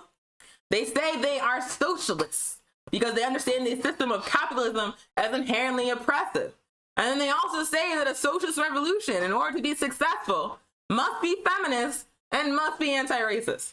So in that, it's like only like 3 sentences. In that 3-sentence excerpt, you see a complete rejection of all of the politics of bourgeois feminism or white feminism or Beyonce feminism. This is a group of African women, revolutionary women, queer women who openly identified as feminists, and yet, contrary to the reactionary arguments against feminism, reject inclusion in any kind of oppressive structure. And you also see in that excerpt and in the statement as a whole, they're not saying fuck dudes. They're not saying we hate men. They're saying we want to be free. That's it. And in order for us to be free, we have to destroy capitalism, imperialism, and colonialism. So again, very common argument against feminism that is very often presented to African women and African non-men is that feminism was created as a conspiracy to destroy the African family. That feminism was a plot to manipulate African women and non-men launched by European women. None of that shit is true. None of that shit is true. African women, third world women, colonized women, proletarian women have always developed our specific manifestations of feminism that are anti-capitalist, anti-imperialist, anti-colonial, and are not anti-dudes, man. Anti-patriot does not mean anti-dude. Feminism does not mean anti-dude, especially as like revolutionary African women. We understand that there's absolutely no way that we're going to achieve the liberation of African people by cutting out like half the population. So just like I said earlier, that no revolution has ever been fought without women, we're not going to see the liberation of Africa and African people without the inclusion of all sectors of African society, including men. And so when European women are like, men are trash or kill all men, I've heard that a lot, kill all men. I'm just like, okay, so y'all just want to finish the job? Like so you committed genocide against colonized people and now you're saying kill off half of the colonized population. And you're saying that's a fucking radical position. Okay, all right. But that's never been what feminism of oppressed and colonized people has ever been about, because we understand that even though men have been indoctrinated against us by colonizers, we still motherfucking need them. We need them to get the fuck together so we can liberate all of our people. I'm not going to say men are trash. I'm not going to say kill all men, because I understand what has been done to African and colonized men. I understand that the same shit that was happened to us, they did the mere shit to me as an African woman. And that in order for us to realize liberation, in order for us to realize revolution, in order for us to liberate Africa, we gotta work through that shit together. We gotta unlearn that shit together. So, yeah. For a lot of reasons, the feminism developed by African people, by indigenous people, by colonized and oppressed peoples is very, very, very different than the feminism developed by Europeans, by the bourgeois, by settlers, by the ruling class. So that was what is feminism and the different kinds of feminism. Once again, if any of this makes you mad, prove me wrong. Prove me wrong. Prove only one kind of feminism exists. It should be easy, right? Because y'all be arguing about that shit all the time. You be saying that shit to me all the time. So back it up. Prove it to me. Prove it to me. Anyway. We talked about the different kinds of feminism. We talked about how feminism can be reactionary and revolutionary. Last thing I want to say in this section is, what do we do? So we understand patriarchy is a problem. We understand the difference between matriarchy and patriarchy. We understand feminism as a response to patriarchy that can be reactionary or revolutionary. But now I want to talk in a broader sense about what we as people who are oppressed on the basis of gender can do to stop this shit, to smash it. And first and foremost, I want to say that it is extremely important for women and non-men to organize as people who are oppressed by patriarchy in independent political formations. So within the AAPRP, we have the All African Women's Revolutionary Union, which is the women's wing of the APRP. There's currently work happening to see how we can acknowledge the existence of non-binary and trans people and create a formation that is inclusive of marginalized genders who are not women. It's a work in progress. But the AWRU as a formation is actually much younger than the APRP as a whole. The APRP is 52 years old. The AWRU was founded in the 80s. So it's the 40th anniversary, right? Or the 30th anniversary, 40th. So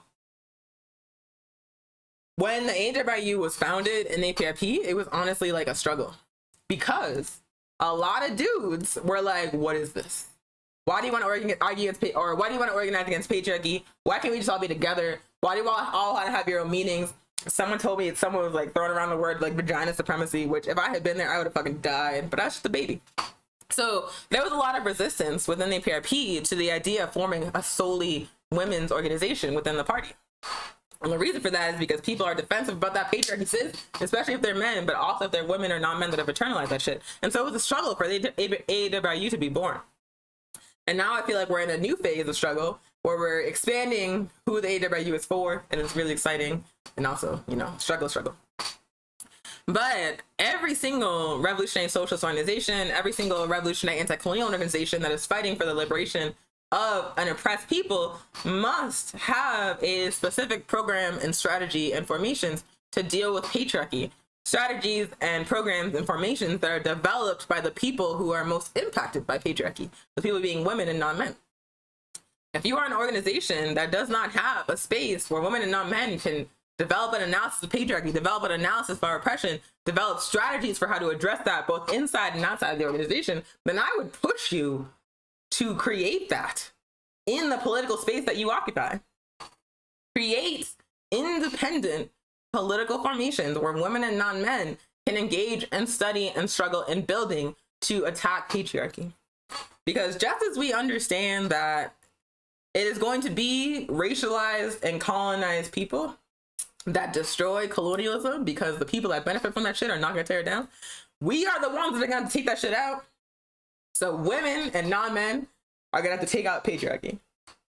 There's just not a chance on earth that people who benefit materially from an oppressive system are going to, in any significant numbers, work to destroy that system. It is up to the people who are oppressed by it to organize and take that shit out. And because we are oppressed by it, because for the majority of us, occupying positions of power within that system is not an option on the table, we are going to be much more militant and ruthless when it comes to taking it out on the people who benefit.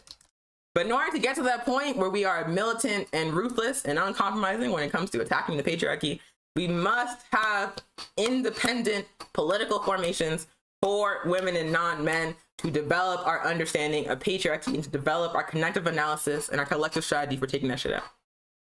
So yes, the very primary thing that we need to do as women and non-men in revolutionary organizations is create our own formations where we can organize against and learn about patriarchy. And Comrade is saying in the comments that the AWU was actually founded in 1981. Thank you so much. So yeah, that's the first and foremost. The solution, my solution to everything, is that we have to be organized as oppressed people. So we have to be organized as African into African political organizations. We have to be organized as women and non-men into our own organizations. We have to engage in political education. We have to engage in building with each other and to develop our analysis and strategy for how to destroy patriarchy. And once we have that shit, we have to be ruthless. Ruthless about smashing it. We don't have to be ruthless about how we engage with dudes. We have to be ruthless about separating patriarchy as a system from the people practicing it and destroying that motherfucking system. Because when it comes to patriarchal African men or patriarchy colonized men, I consider it part of the work of building revolution to get the people to stop the fuck out of it. When it comes to patriarchal women, I was like mad patriarchal women. When it comes to people that have like police my body or like police my expression or police my representation because I'm a woman or an African woman, it's honestly for most of my life been women, other women. Mostly European women, but sometimes African women. So women are absolutely capable of internalizing patriarchy and weaponizing it against each other. And so just like we have to unlearn that shit as people who have been steeped in the patriarchy, I feel like it's part of the work of the revolution to help men unlearn that shit, colonize men. When it comes to like European men, like that's not my struggle. That's not my work. Good luck to the people whose work that is. I don't know how it's going to work for y'all, but I'm not going to worry about that. But when it comes to African men, colonized men, yeah, we're going to try. We're going to try. And yeah. So yeah. Oh yeah, and then the other thing I want to say, this is like kind of a tangent, but I've been saying like women and non-men saying, meaning like people who are neither men or women who are oppressed on the basis of gender and the patriarchy. I've also been saying marginalized genders and like using it interchangeably for non-men. It means the same thing. People who are neither women or men or oppressed on the basis of patriarchy. But then sometimes I'm like, how are like African men, for example, within the United States not oppressed on the basis of gender? Because, hear me out, and then y'all can say if I'm tripping in the comments. Because when we look at, say, like rates of incarceration, we look at, say, rates of police murder, when we look at like the unemployment rate, how many African men are like systemically locked out of any access to employment within the United States, that's happening on an extremely gendered basis. Like they're specifically being targeted for being African and for being men. And so, yeah, like when I say marginalized genders, in the back of my head, I'm like, how does this not include African men or indigenous men or colonized men, right? Because they're like the way they are targeted by colonialism and capitalism is actually gendered. So yeah, that's why I usually stick to women and not men, because I'm specifically talking about people who are oppressed on the basis of gender under patriarchy, and instead of saying marginalized genders, because to me, marginalized genders would be inclusive of African men, because they are marginalized on the basis of gender under settler colonialism and white supremacy and capitalism. Y'all can say if that made you mad, or if you think I'm barking up the wrong tree, but I've been thinking about that for a long time. I think that African men under colonialism are absolutely oppressed on the basis of gender, and so marginalized gender would include them. Anywho, so that was the PE section. What is patriarchy? And yeah, these are one-on-one conversations that are going to continue. We appreciate your comments and your thoughts. If you have any additional things that come up, put them in the comments and I'll read them. Also, now let's move on to the COVID update section of the show so I can wrap this up. It's been 2 hours. My God, I feel like I go so much longer when I'm by myself and it makes no sense. Okay, so COVID, what is going on? Once again, the U.S. empire is the epicenter of this pandemic. The U.S. empire, despite being the wealthiest nation on the face of the planet because it steals from everybody else, has failed on every level to adequately address this pandemic. Even in blue states, like the one I live in, there's just like a failure to adequately deal with this pandemic, these half-ass shutdowns and the reopenings because people are like capitulating to capitalism, and then the fucking infection rates go up and people are like, what happened? It's because you opened the restaurants. It's because people are like, come on now. It's not hard. It's not, come on. So yeah, U.S. at all levels of government has failed to adequately address this pandemic. In addition to just like the, deadly virus that is spreading everywhere, there's also the economic impact where many people have lost their jobs. Millions of people are facing eviction. Millions more are facing like loss of income completely in December and in January. So, and there's no plan to redress that whatsoever. And now we see the emergence of this vaccine, this COVID vaccine that has recently passed accelerated clinical trials. And now the US and also the UK, which has also famously mishandled the pandemic, are banking hard on this vaccine. Like they're putting all their motherfucking eggs in this vaccine basket. Like they're like, we are not going to provide a safety net. We are not going to provide universal health care. We are not doing anything beyond eviction moratoriums that are drastically inadequate and way too short. We are not going to increase access to testing or provide people with medical treatment if they don't have insurance. We're not going to do any of that shit. We are going to put all of our hope into this vaccine, which even if, and this is a long shot, even if the vaccine was perfectly safe, even if there was nothing sketchy about that shit whatsoever, which if you are African or indigenous and you are skeptical, you have every reason to be. Even if everything was on the up and fine with the vaccine, it would still take a minimum of 2 years to distribute that to the entire US population. Like they're putting all of their hope on this vaccine. Like they're going to be able to pull that shit off in like a month with no consequences. And it's just not the case. It's not the case. Like we are going to be dealing with COVID for at least a couple more years, vaccine or no vaccine. And in that time period, it's still going to be extremely contagious. It is still going to be unsafe to be around large numbers of people without a mask. People are still going to be catching this shit and getting sick while they're waiting to get vaccinated, assuming the vaccine works as effectively as it's being sold.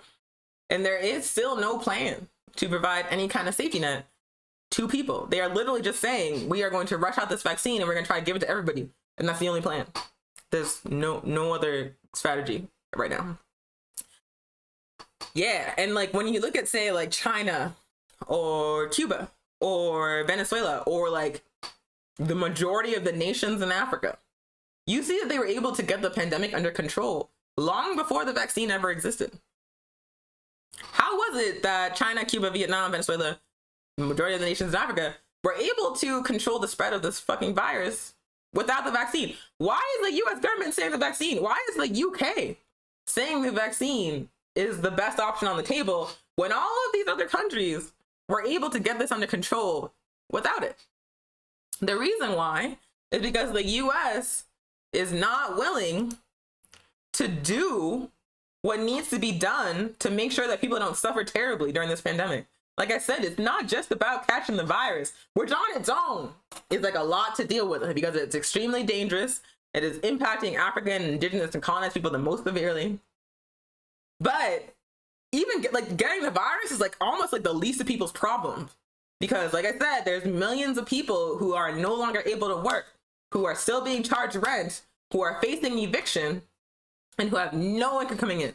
And additionally, there's millions more people who do not have access to healthcare. So maybe you don't even get COVID, but you can't go to work because you have been furloughed because you work at a restaurant, right? And because your health insurance is tied to your employment, you no longer have health insurance because you can't work.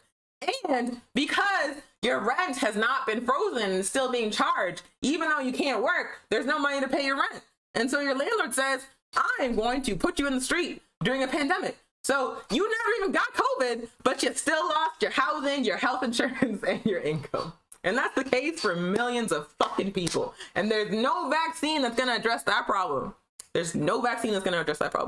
so the way that all of these people within the United States who really should know better, have been convinced to put all of their hope into this vaccine, while the fundamental problems that I just laid out about people's access to like what they need to survive is not being addressed in the United States, is just showing you what a red herring that fucking vaccine is.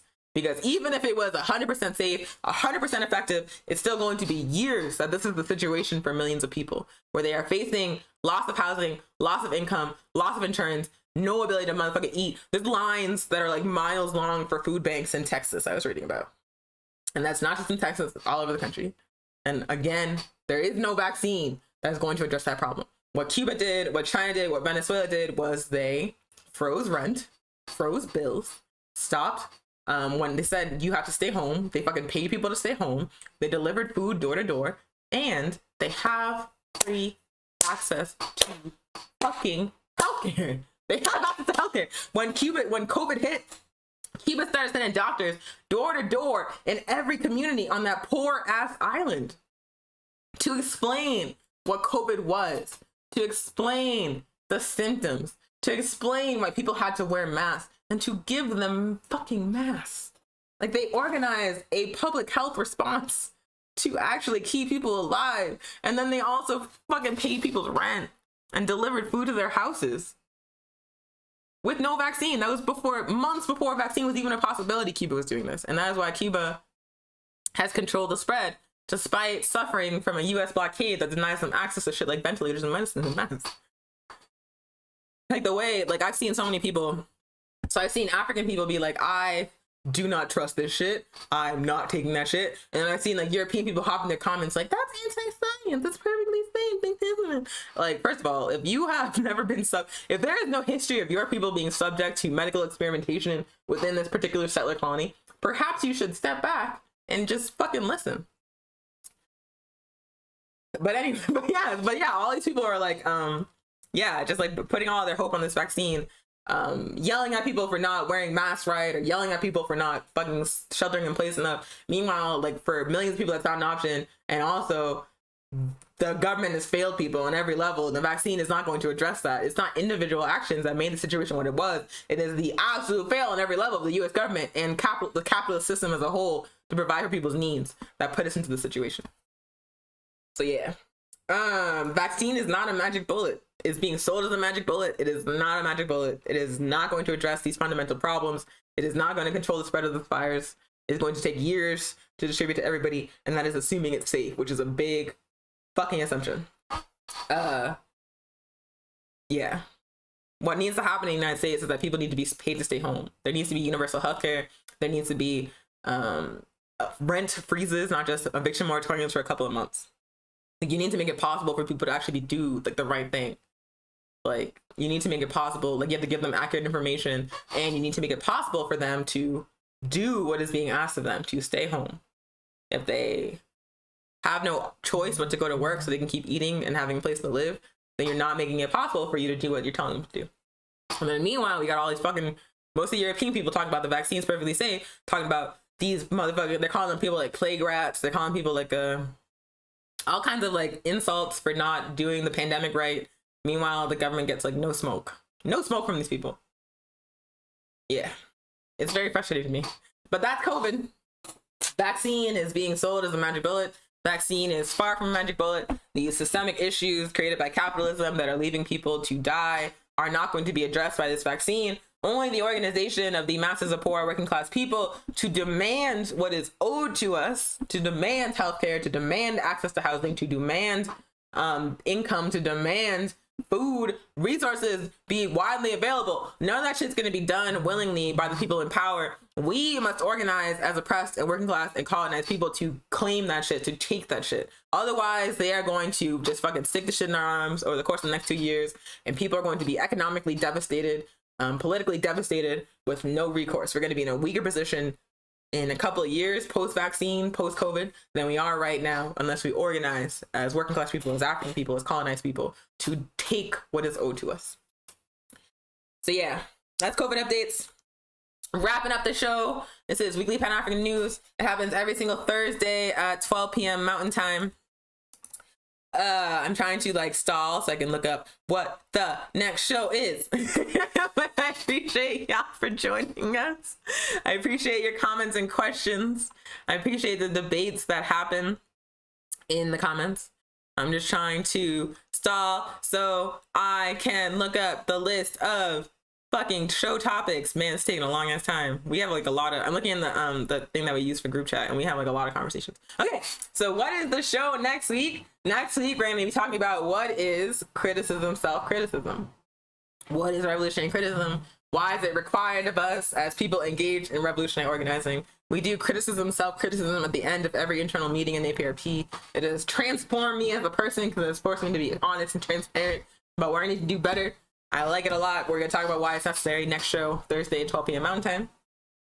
Also, Comrade Ajamu of the California chapter of the APRP, also the person who recruited me, also one of my models of a healthy form of African masculinity. Some people say all masculinity is bad. I look at people like Ajamu and other men in the APRP, and I'm like, you're full of shit.